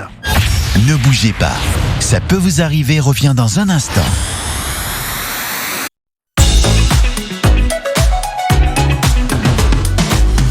Le premier journal des arnaques de la semaine. En ce lundi, nous allons donc aller chez vous, essayer de voir les arnaques dont vous êtes victime pour justement alerter tous les autres téléspectateurs de M6. À côté de ça, le Olivier Dauvert, il intervient entre deux sujets. Hop, on l'a pas vu venir et hop, il vient, il nous fait des petites annonces. Arnaque pour ne pas tomber dans le piège d'un faux site d'outillage Lidl. Dont on a parlé beaucoup là ces jours-ci. Hein. Alors, il y aura plein de choses et puis on va retrouver tout à l'heure en duplex Maître Léoty. Vous savez qu'il y a le procès de la décennie avec cette arnaque complètement dingue. Cette assurance où on vous prélève, vous ne vous en apercevez pas, vous faites arrêter le prélèvement, mais ça continue. Ça a tapé très très fort lors du procès. Maître Léoty, on va vous donner la parole tout à l'heure. Comment allez-vous ? Bien, et vous ? Eh ben, écoutez, pas mal. Donc finalement, elle n'est pas partie sur Vinted, cette veste verte. Ah non, elle n'est pas partie. Je savais que vous alliez me faire la réflexion. Elle est très très belle, comme votre cabinet dont on notera cette sobriété que j'aime beaucoup. Elle ne cherche pas à en mettre plein les yeux. Alors, cette histoire, elle est dingue. Je vais revenir vers vous dans quelques instants, Maître Léoty. Mais là, je voudrais qu'on parle un petit peu avec Élodie qui nous a rejoint. Ça va, Élodie ? Ça va, merci. Soyez la bienvenue. Vous arrivez du Val d'Oise, de Pierrelet ? C'est ça. C'est joli, Pierrelet ? Oui, c'est sympa. Petite ville. Très bien. Elle est assistante maternelle. Oui. Et elle va nous parler. Alors, c'est très tendance. Il faut dire que maintenant, je n'ai pas été, mais je vous assure, les 3-4 derniers anniversaires que j'ai fait, que ce soit pour des copains ou pour les anniversaires des fils et filles des copains, il y a toujours ce qu'on appelle un... Photobouffe. Un photobouffe. Ah, mérite peut-être un maillon faible, ça. Je ne sais pas ce que vous en pensez. C'est parti. Maillon faible sur le photobooth. Musique. Bonjour Élodie. Qu'est-ce qu'un photobooth ? C'est une machine qui prend des photos au moment des événements, type mariage, anniversaire. Non, c'est pas ça ? On n'a pas marre de me ridiculiser à chaque fois que je questionne, je réponds bien. Exactement. On se met devant la photo, il n'y a pas besoin de photographe. Oui, c'est ça. Et on a un petit souvenir. Alors, en général, on peut choisir l'écriture qui va sortir. Il y a une petite phrase que l'on met qui sort de la photo. Et ça fait une photo un peu façon Polaroid comme on les connaissait avant, puisque ça sort tout de suite, évidemment. Ça va être génération. Un souvenir instantané. Non, je n'étais pas né, moi, par contre. Ah bon, d'accord. Bon, alors, Élodie, quel était déjà l'événement, la soirée ? C'était les 18 ans de ma fille. Très bien, comment s'appelle-t-elle ? Léana. Léana, gros bisous, c'était quand ça ? Alors, c'était le 2 mars, elle est de fin février, mais on avait fêté, on avait la salle que pour le 2 mars, donc c'était le 2 mars. Bah, vous avez bien fait. Donc, qui a eu l'idée du photobooth ? C'est moi. D'ailleurs, ça se traduit comment en photobooth? C'est photomaton en anglais. D'accord. Donc c'est vous. Donc comment on fait? Les jeunes filles, les copains et tout ça se mettent devant, font une grimace. C'est ça. Voilà, c'est ça. Alors voilà. Alors déjà, la déco pour l'anniversaire, on lui a fait plaisir. Regardez comme c'est mignon. C'est où ça exactement? C'est une salle à Beauchamp, juste à côté de chez nous. Mais ils étaient combien? On dirait un mariage. On était 200 personnes. 200 personnes pour les 18 ans. Mais quand elle va se marier, ça va être le château de Versailles. Elle veut pas se marier apparemment, donc ça va. Bon, et là, il y avait le fameux photobooth. Voilà. Donc on se met devant. À moitié, parce que j'ai pas tout reçu. On pourrait pas avoir un petit photobooth sur le plateau de ces 4 c'est rigolo, non? Et on ferait des photobooths avec... regardez, Irène, elle a envie de faire des photobooths en ce moment. Oui, bien sûr. Alors, il faut qu'on fasse attention où est-ce qu'on le commande, surtout ce photobooth, parce que si on commande chez le même fournisseur que chez Elodie, on n'en aura pas pour notre argent. Justement, donc vous organisez cette soirée, 200 personnes. Le photobooth, vous le trouvez comment? Sur Internet, j'ai fait mes recherches, j'ai fait plusieurs devis. Voilà, plusieurs devis. Et le prix était... Combien? Alors, j'ai loué plusieurs trucs. Donc, c'était dans un blog. Qu'est-ce qu'il y avait dans Alors, il y avait ce photobooth qu'on voit là. Ouais. J'avais loué 300 impressions. Donc une imprimante en plus pour que la photo sorte. Ça, c'est la liste, les plans de table? Oui, c'était vrai. C'est un mariage. Non, c'est un vrai mariage. Il y a des gens qui sont mariés, ils avaient... votre fille, elle a été gâtée. Hein. Table numéro 1, regardez ça, la vidéo un peu. Voilà, et là, qu'est-ce qui a marqué? Joyeux anniversaire, super. Alors, qu'est-ce qu'il y avait d'autre à part le photobooth? Et en fait, j'avais donc loué ça c'est ma fille. Ah bon, je croyais que c'était l'Arc de Triomphe. Ah bah oui, non, elles se ressemblent, là, les deux. Elle est très jolie, votre fille. Hein. Voilà, très bien. Elle est influenceuse, elle est un petit peu ou pas du tout? Non, pas du tout. Non, parce que je pensais qu'elle faisait des elle prend soin d'elle. Je lui avais payé une maquilleuse. Oh là là. Non, mais dingue. C'est génial. Regardez-moi ça. Là. Attendez, du coup, on regarde la transformation. Ça, on va oublier le photobooth. C'est son entrée. Oh là là, elle ralentit. Et là, elle arrive dans la salle, c'est ça? Comment? Là, elle arrive dans la salle. Oui, on était les 200 dans la salle, elle faisait son entrée. Waouh! Oh là là, l'anniversaire, incroyable. Très très bien. Donc c'est un professionnel qui a fait le film, je suppose. J'avais pris aussi un vidéaste aussi en plus. Il n'y a pas eu de souci avec lui? Non, nickel, au contraire.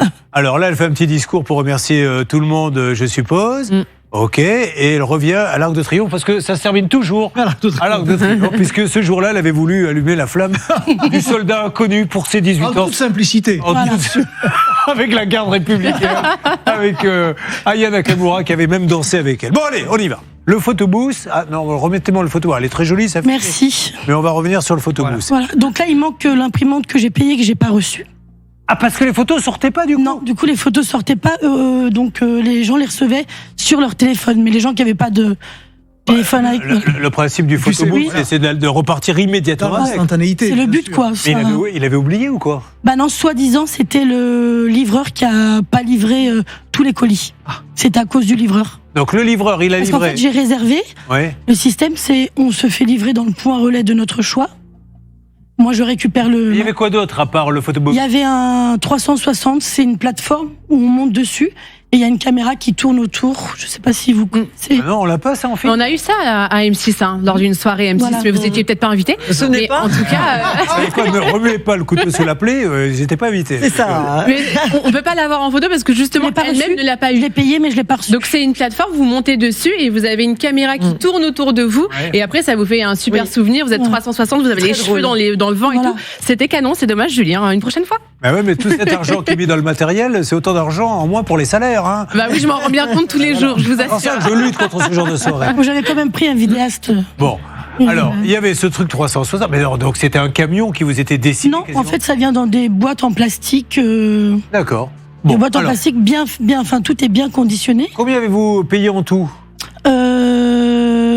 259. Ah, moi je pensais que vous alliez me dire des milliers d'euros. Non, mais tout le matériel. Non. Ah bon? 259, il me semble, le photobooth. Le truc qui tourne.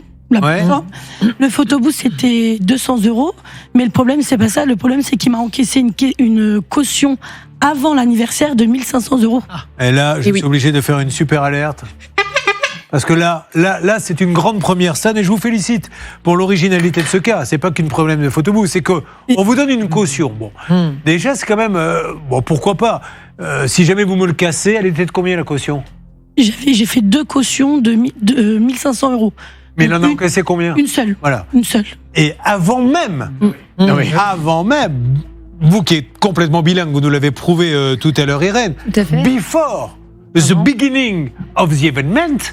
Yes. Event. And case the caution. Et c'est ça qui est dingue. Didi. Oui, c'est complètement dingue parce que donc elle a dû payer 1 500 € de caution pour un photoboost qu'elle n'a pas pu utiliser au final. C'est quand même extraordinaire. Bravo à Johanna Boubaker, notre enquêtrice, qui nous a trouvé ce dossier qui est arrivé par notre adresse mail. Ça peut vous arriver à @m6.fr, mais je crois qu'on n'avait jamais vu ça. Voilà, avant. attendez, je viens de me ridiculiser en anglais. Spencer, s'il vous plaît, pouvez-vous nous dire, vous vous rendez compte qu'il a encaissé la caution avant même que l'événement démarre? Can you believe it? He actually took the money before the show actually started. Ça n'a rien à voir avec ce que j'ai dit. Non, il n'y a pas de caution dans ce Il y a quand même deux mondes. Il y a le mien et celui de ceux qui parlent anglais. Mais lui, il est vraiment anglais, alors évidemment, ça aide. Alors, quand vous l'appelez en lui disant, écoutez, monsieur, vous en êtes aperçu tout de suite qu'il a encaissé la caution? J'ai été chercher ma mère à l'étranger pour qu'elle puisse venir à l'anniversaire. Elle était où, votre maman? Au Portugal. D'accord. Donc du coup, j'ai fait 2-3 achats pour l'anniversaire. Quand j'ai voulu payer par carte bleue, paiement refusé. Et en fait, moi, je savais que j'avais de l'argent. Du coup, il vous a fait dépasser votre plafond. Bah, en fait, en fait, c'est un compte que j'avais. Et j'ai mis 1 an et demi avant pour organiser l'anniversaire. Comme je savais que ça allait avoir un certain coût. Et ben, je mettais un peu de sous sur ce compte tous les mois. Et arrivé un peu avant l'anniversaire, j'utilisais cette carte bleue. Ouais. Je rappelle que madame est assistante maternelle et qu'elle a le droit, parce que tout à fait le droit de casser la tirelire pour l'anniversaire de sa fille qu'elle aime, et que donc c'est quand même des coûts énormes pour elle. Tous les mois, elle a mis des sous de côté pour pouvoir payer tout ça. Hein. Et donc du coup, quand j'ai voulu payer mes achats, la dame me dit non, ça marche pas. Donc je lui dis que je la repasse. Elle me dit non, là c'est paiement refusé. Vous l'avez eu ce monsieur au téléphone? Alors. Du coup, je regarde, comme on a les applications sur le téléphone, je regarde direct et là, je me rends compte qu'en fait, 1 500 € étaient prélevés. Alors qu'une caution, c'est une empreinte. Elle n'est pas prélevée. Là, c'est prélevé. Une caution, surtout, elle est prélevée. En fait, elle est prélevée si on ne rend pas ou si on casse. Comme les voitures. Voilà. Alors donc du coup, je l'ai appelé. Il m'a dit que c'était un problème avec la banque. Donc, de l'étranger, j'appelle la banque. Et elle m'a dit non, c'est bien lui. Donc, je le rappelle.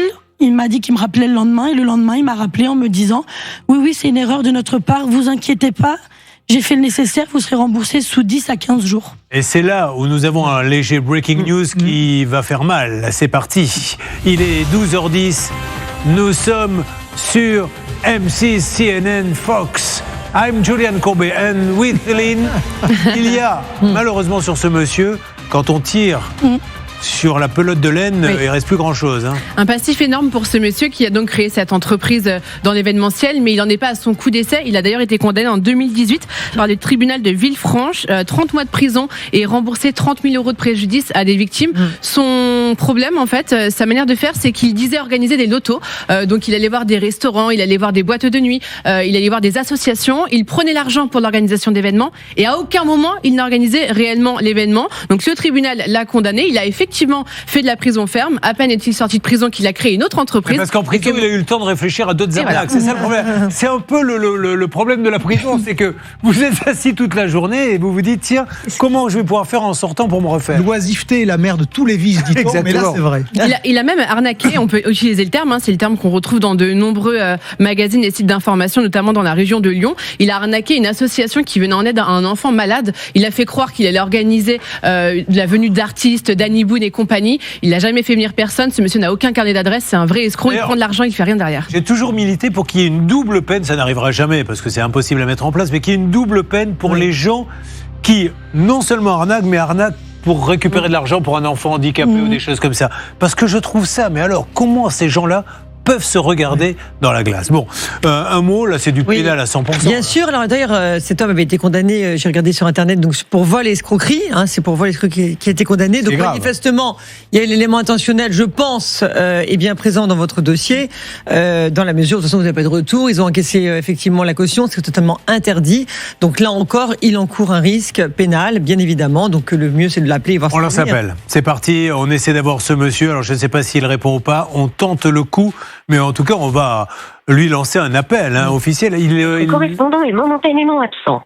Veuillez le recontacter ultérieurement. Alors on coupe. Est-ce qu'on sort le porte-voix directement? Est-ce qu'il continue d'exercer, Stan? Et bien justement, c'est ce que Céline vient de me souffler à l'oreille. Elle est actuellement sur le site internet et elle me dit qu'elle peut commander des photobooths. Alors sachez-le, je vous le dis Stan, pour plus tard quand l'émission sera terminée, elle ne souffle pas qu'à l'oreille. Elle m'a soufflé moi l'autre jour dans l'autre oreille parce qu'elle fait les deux. Ouais. Et puis Alors, parfois, qu'est-ce que vous avez trouvé elle nous souffle dans les bronches aussi. Moi, vous me soufflez dans la tête. En fait, j'aimerais pas arrêter avec vos blagues. Elles sont pas bonnes en plus. On peut acheter, par exemple, sur Internet. On le voit là à l'écran. C'est son site. Alors, il est hyper bien fait. Et effectivement, je peux commander dès demain. Je peux aller sur le site location. Et donc, on peut commander, si vous voulez, pour une petite fête, une petite sauterie, un article. Il n'y a aucun souci. Et le numéro de téléphone. Allez-y. Alerte. Nous cherchons à joindre Rémi Janasek. Rémi Janasek de la société. Il surfe sur le succès des autres. Touche pas à ma fête. TPMF. Touche pas à ma fête. Rémi Janasek. Monsieur Janasek, votre société est à Nantes, quai Malakoff. Alors, cette dame, qu'est-ce que vous souhaitez exactement? Parce que nous, on vous appelle que pour elle. Remboursement de la caution. La caution et remboursement de ce qu'il m'a pas livré. C'est ce qu'il m'avait dit. Alors, il y a l'imprimante du photobooth. Et quoi d'autre? Les 300 tirages avec l'imprimante et la plateforme qui tourne. La plateforme qui tourne, voilà. Et attention, monsieur Janasek, parce que vous avez fait de la prison, s'il y a un nouveau procès, s'il y a récidive, ça peut faire mal, Sylvie. Disons, si on prouve effectivement que l'élément intentionnel est là, qu'il n'avait absolument pas l'intention de livrer quoi que ce soit, et de toute façon, en tout état de cause, il a encaissé la caution. Donc déjà, il y a un risque pénal, bien sûr. Alors, n'hésitez pas, si vous-même vous avez eu des soucis, tout de suite, je vous en supplie, ça peut vous arriver à @m6.fr ou le 3210. Rémi Janasek à Nantes, la société Touche pas à ma fête. On va le retrouver, on va essayer d'avancer. Je pense que son intérêt, c'est de vite vous rembourser. Nous partons maintenant chez Emma Leotti. Chez Emma Leotti, pas de photobooth dans son cabinet, pas de truc à 360 degrés où vous mettez les gens qui viennent demander de l'aide. Non, absolument pas. Allez, en Tout est 2 mots. sobre. Maître, même si on l'a répété 20 fois, en 2 mots, les tenants et les aboutissants de ce qui est peut-être une des plus grandes arnaques de ces 10 dernières années. Alors, le délibéré, il est fixé au 17 décembre prochain. Mercredi dernier, on a eu la chance d'entendre pendant plus d'1 heure les réquisitions. Maître, il y a des gens qui connaissent peut-être pas l'histoire. Je voulais un tout petit résumé, juste les tenants et les aboutissants de cette histoire. Alors, dans ce dossier, ce sont des clients consommateurs qui ont été dans une célèbre enseigne acheter des téléphones ou des appareils multimédia. Ils ont souscrit ils ont souscrit une garantie perte, casse, vol, oxydation. Et la problématique, c'est qu'ils ont signé un mandat de prélèvement pour être prélevés de 15,99 € par mois. Et ils se sont retrouvés prélevés de sommes exponentielles qui n'avaient rien à voir avec le contrat.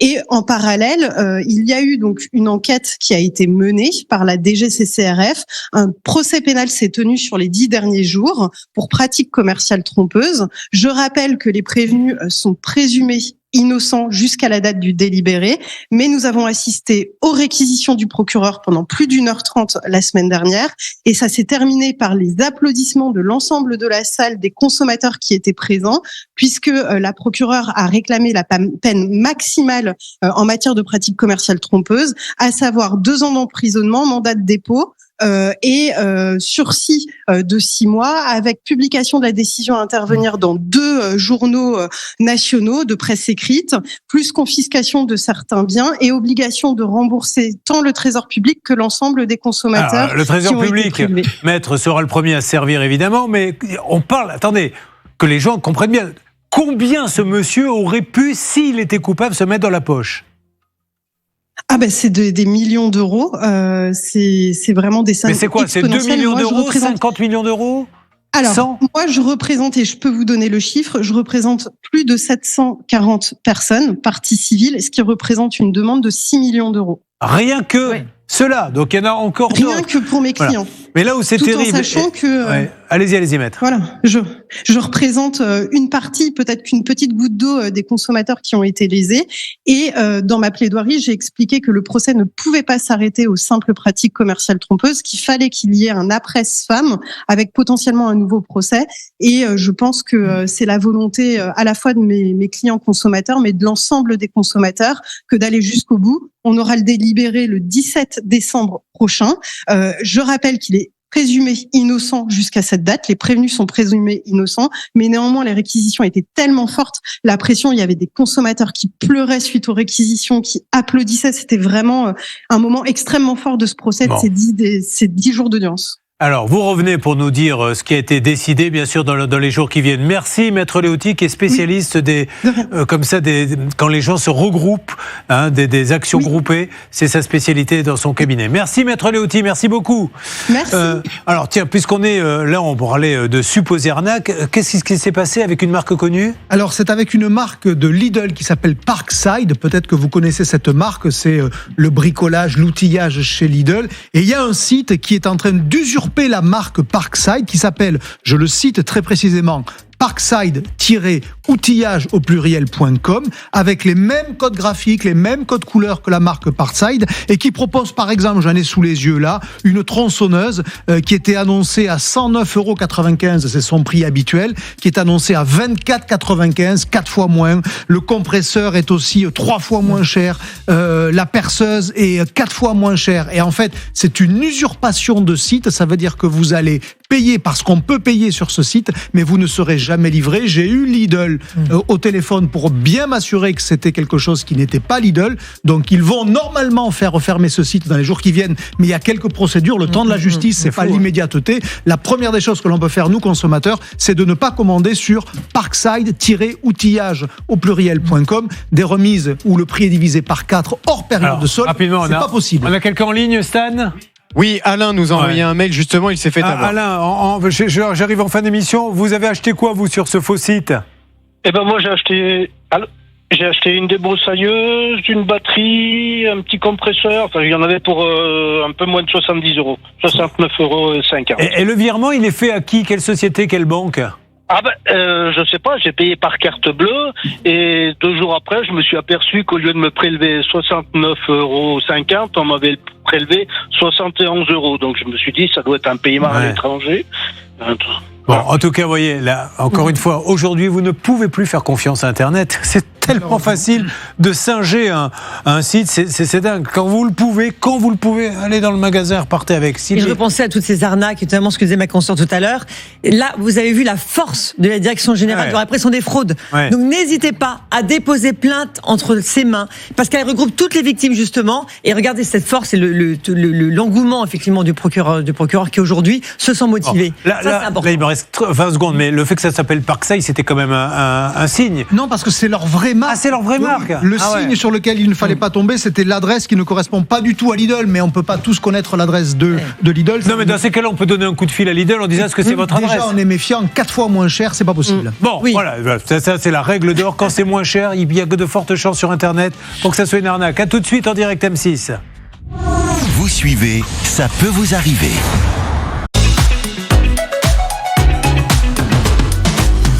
Il nous reste 2 minutes en direct sur M6. Nous tentons de rappeler la personne qui a loué le photobooth, qui a encaissé la caution avant même que l'événement démarre. C'est parti. Est-ce que ça sonne ? Je laisse un message parce qu'il faut que ce monsieur. Free Mobile, bonjour. Voilà, on lui laisse un message. Votre correspondant n'est pas joignable. Oui, je sais. Veuillez le rappeler ultérieurement. Vous pouvez aussi lui envoyer un texto. Welcome to Free Mobile. Your correspondent is not reachable. On va pas laisser de message. Bon, vous envoyez un texto alors. Attendez. Il y a un bip quand même. Et non. Rien du tout. Non. Voilà. Bon, alors on essaie d'abord, je le rappelle, ce monsieur qui s'appelle, rappelez-moi. Rémi Janasek. Rémi Janasek. On vous rappelle demain, après-demain, dans les jours qui viennent. Merci à vous toutes.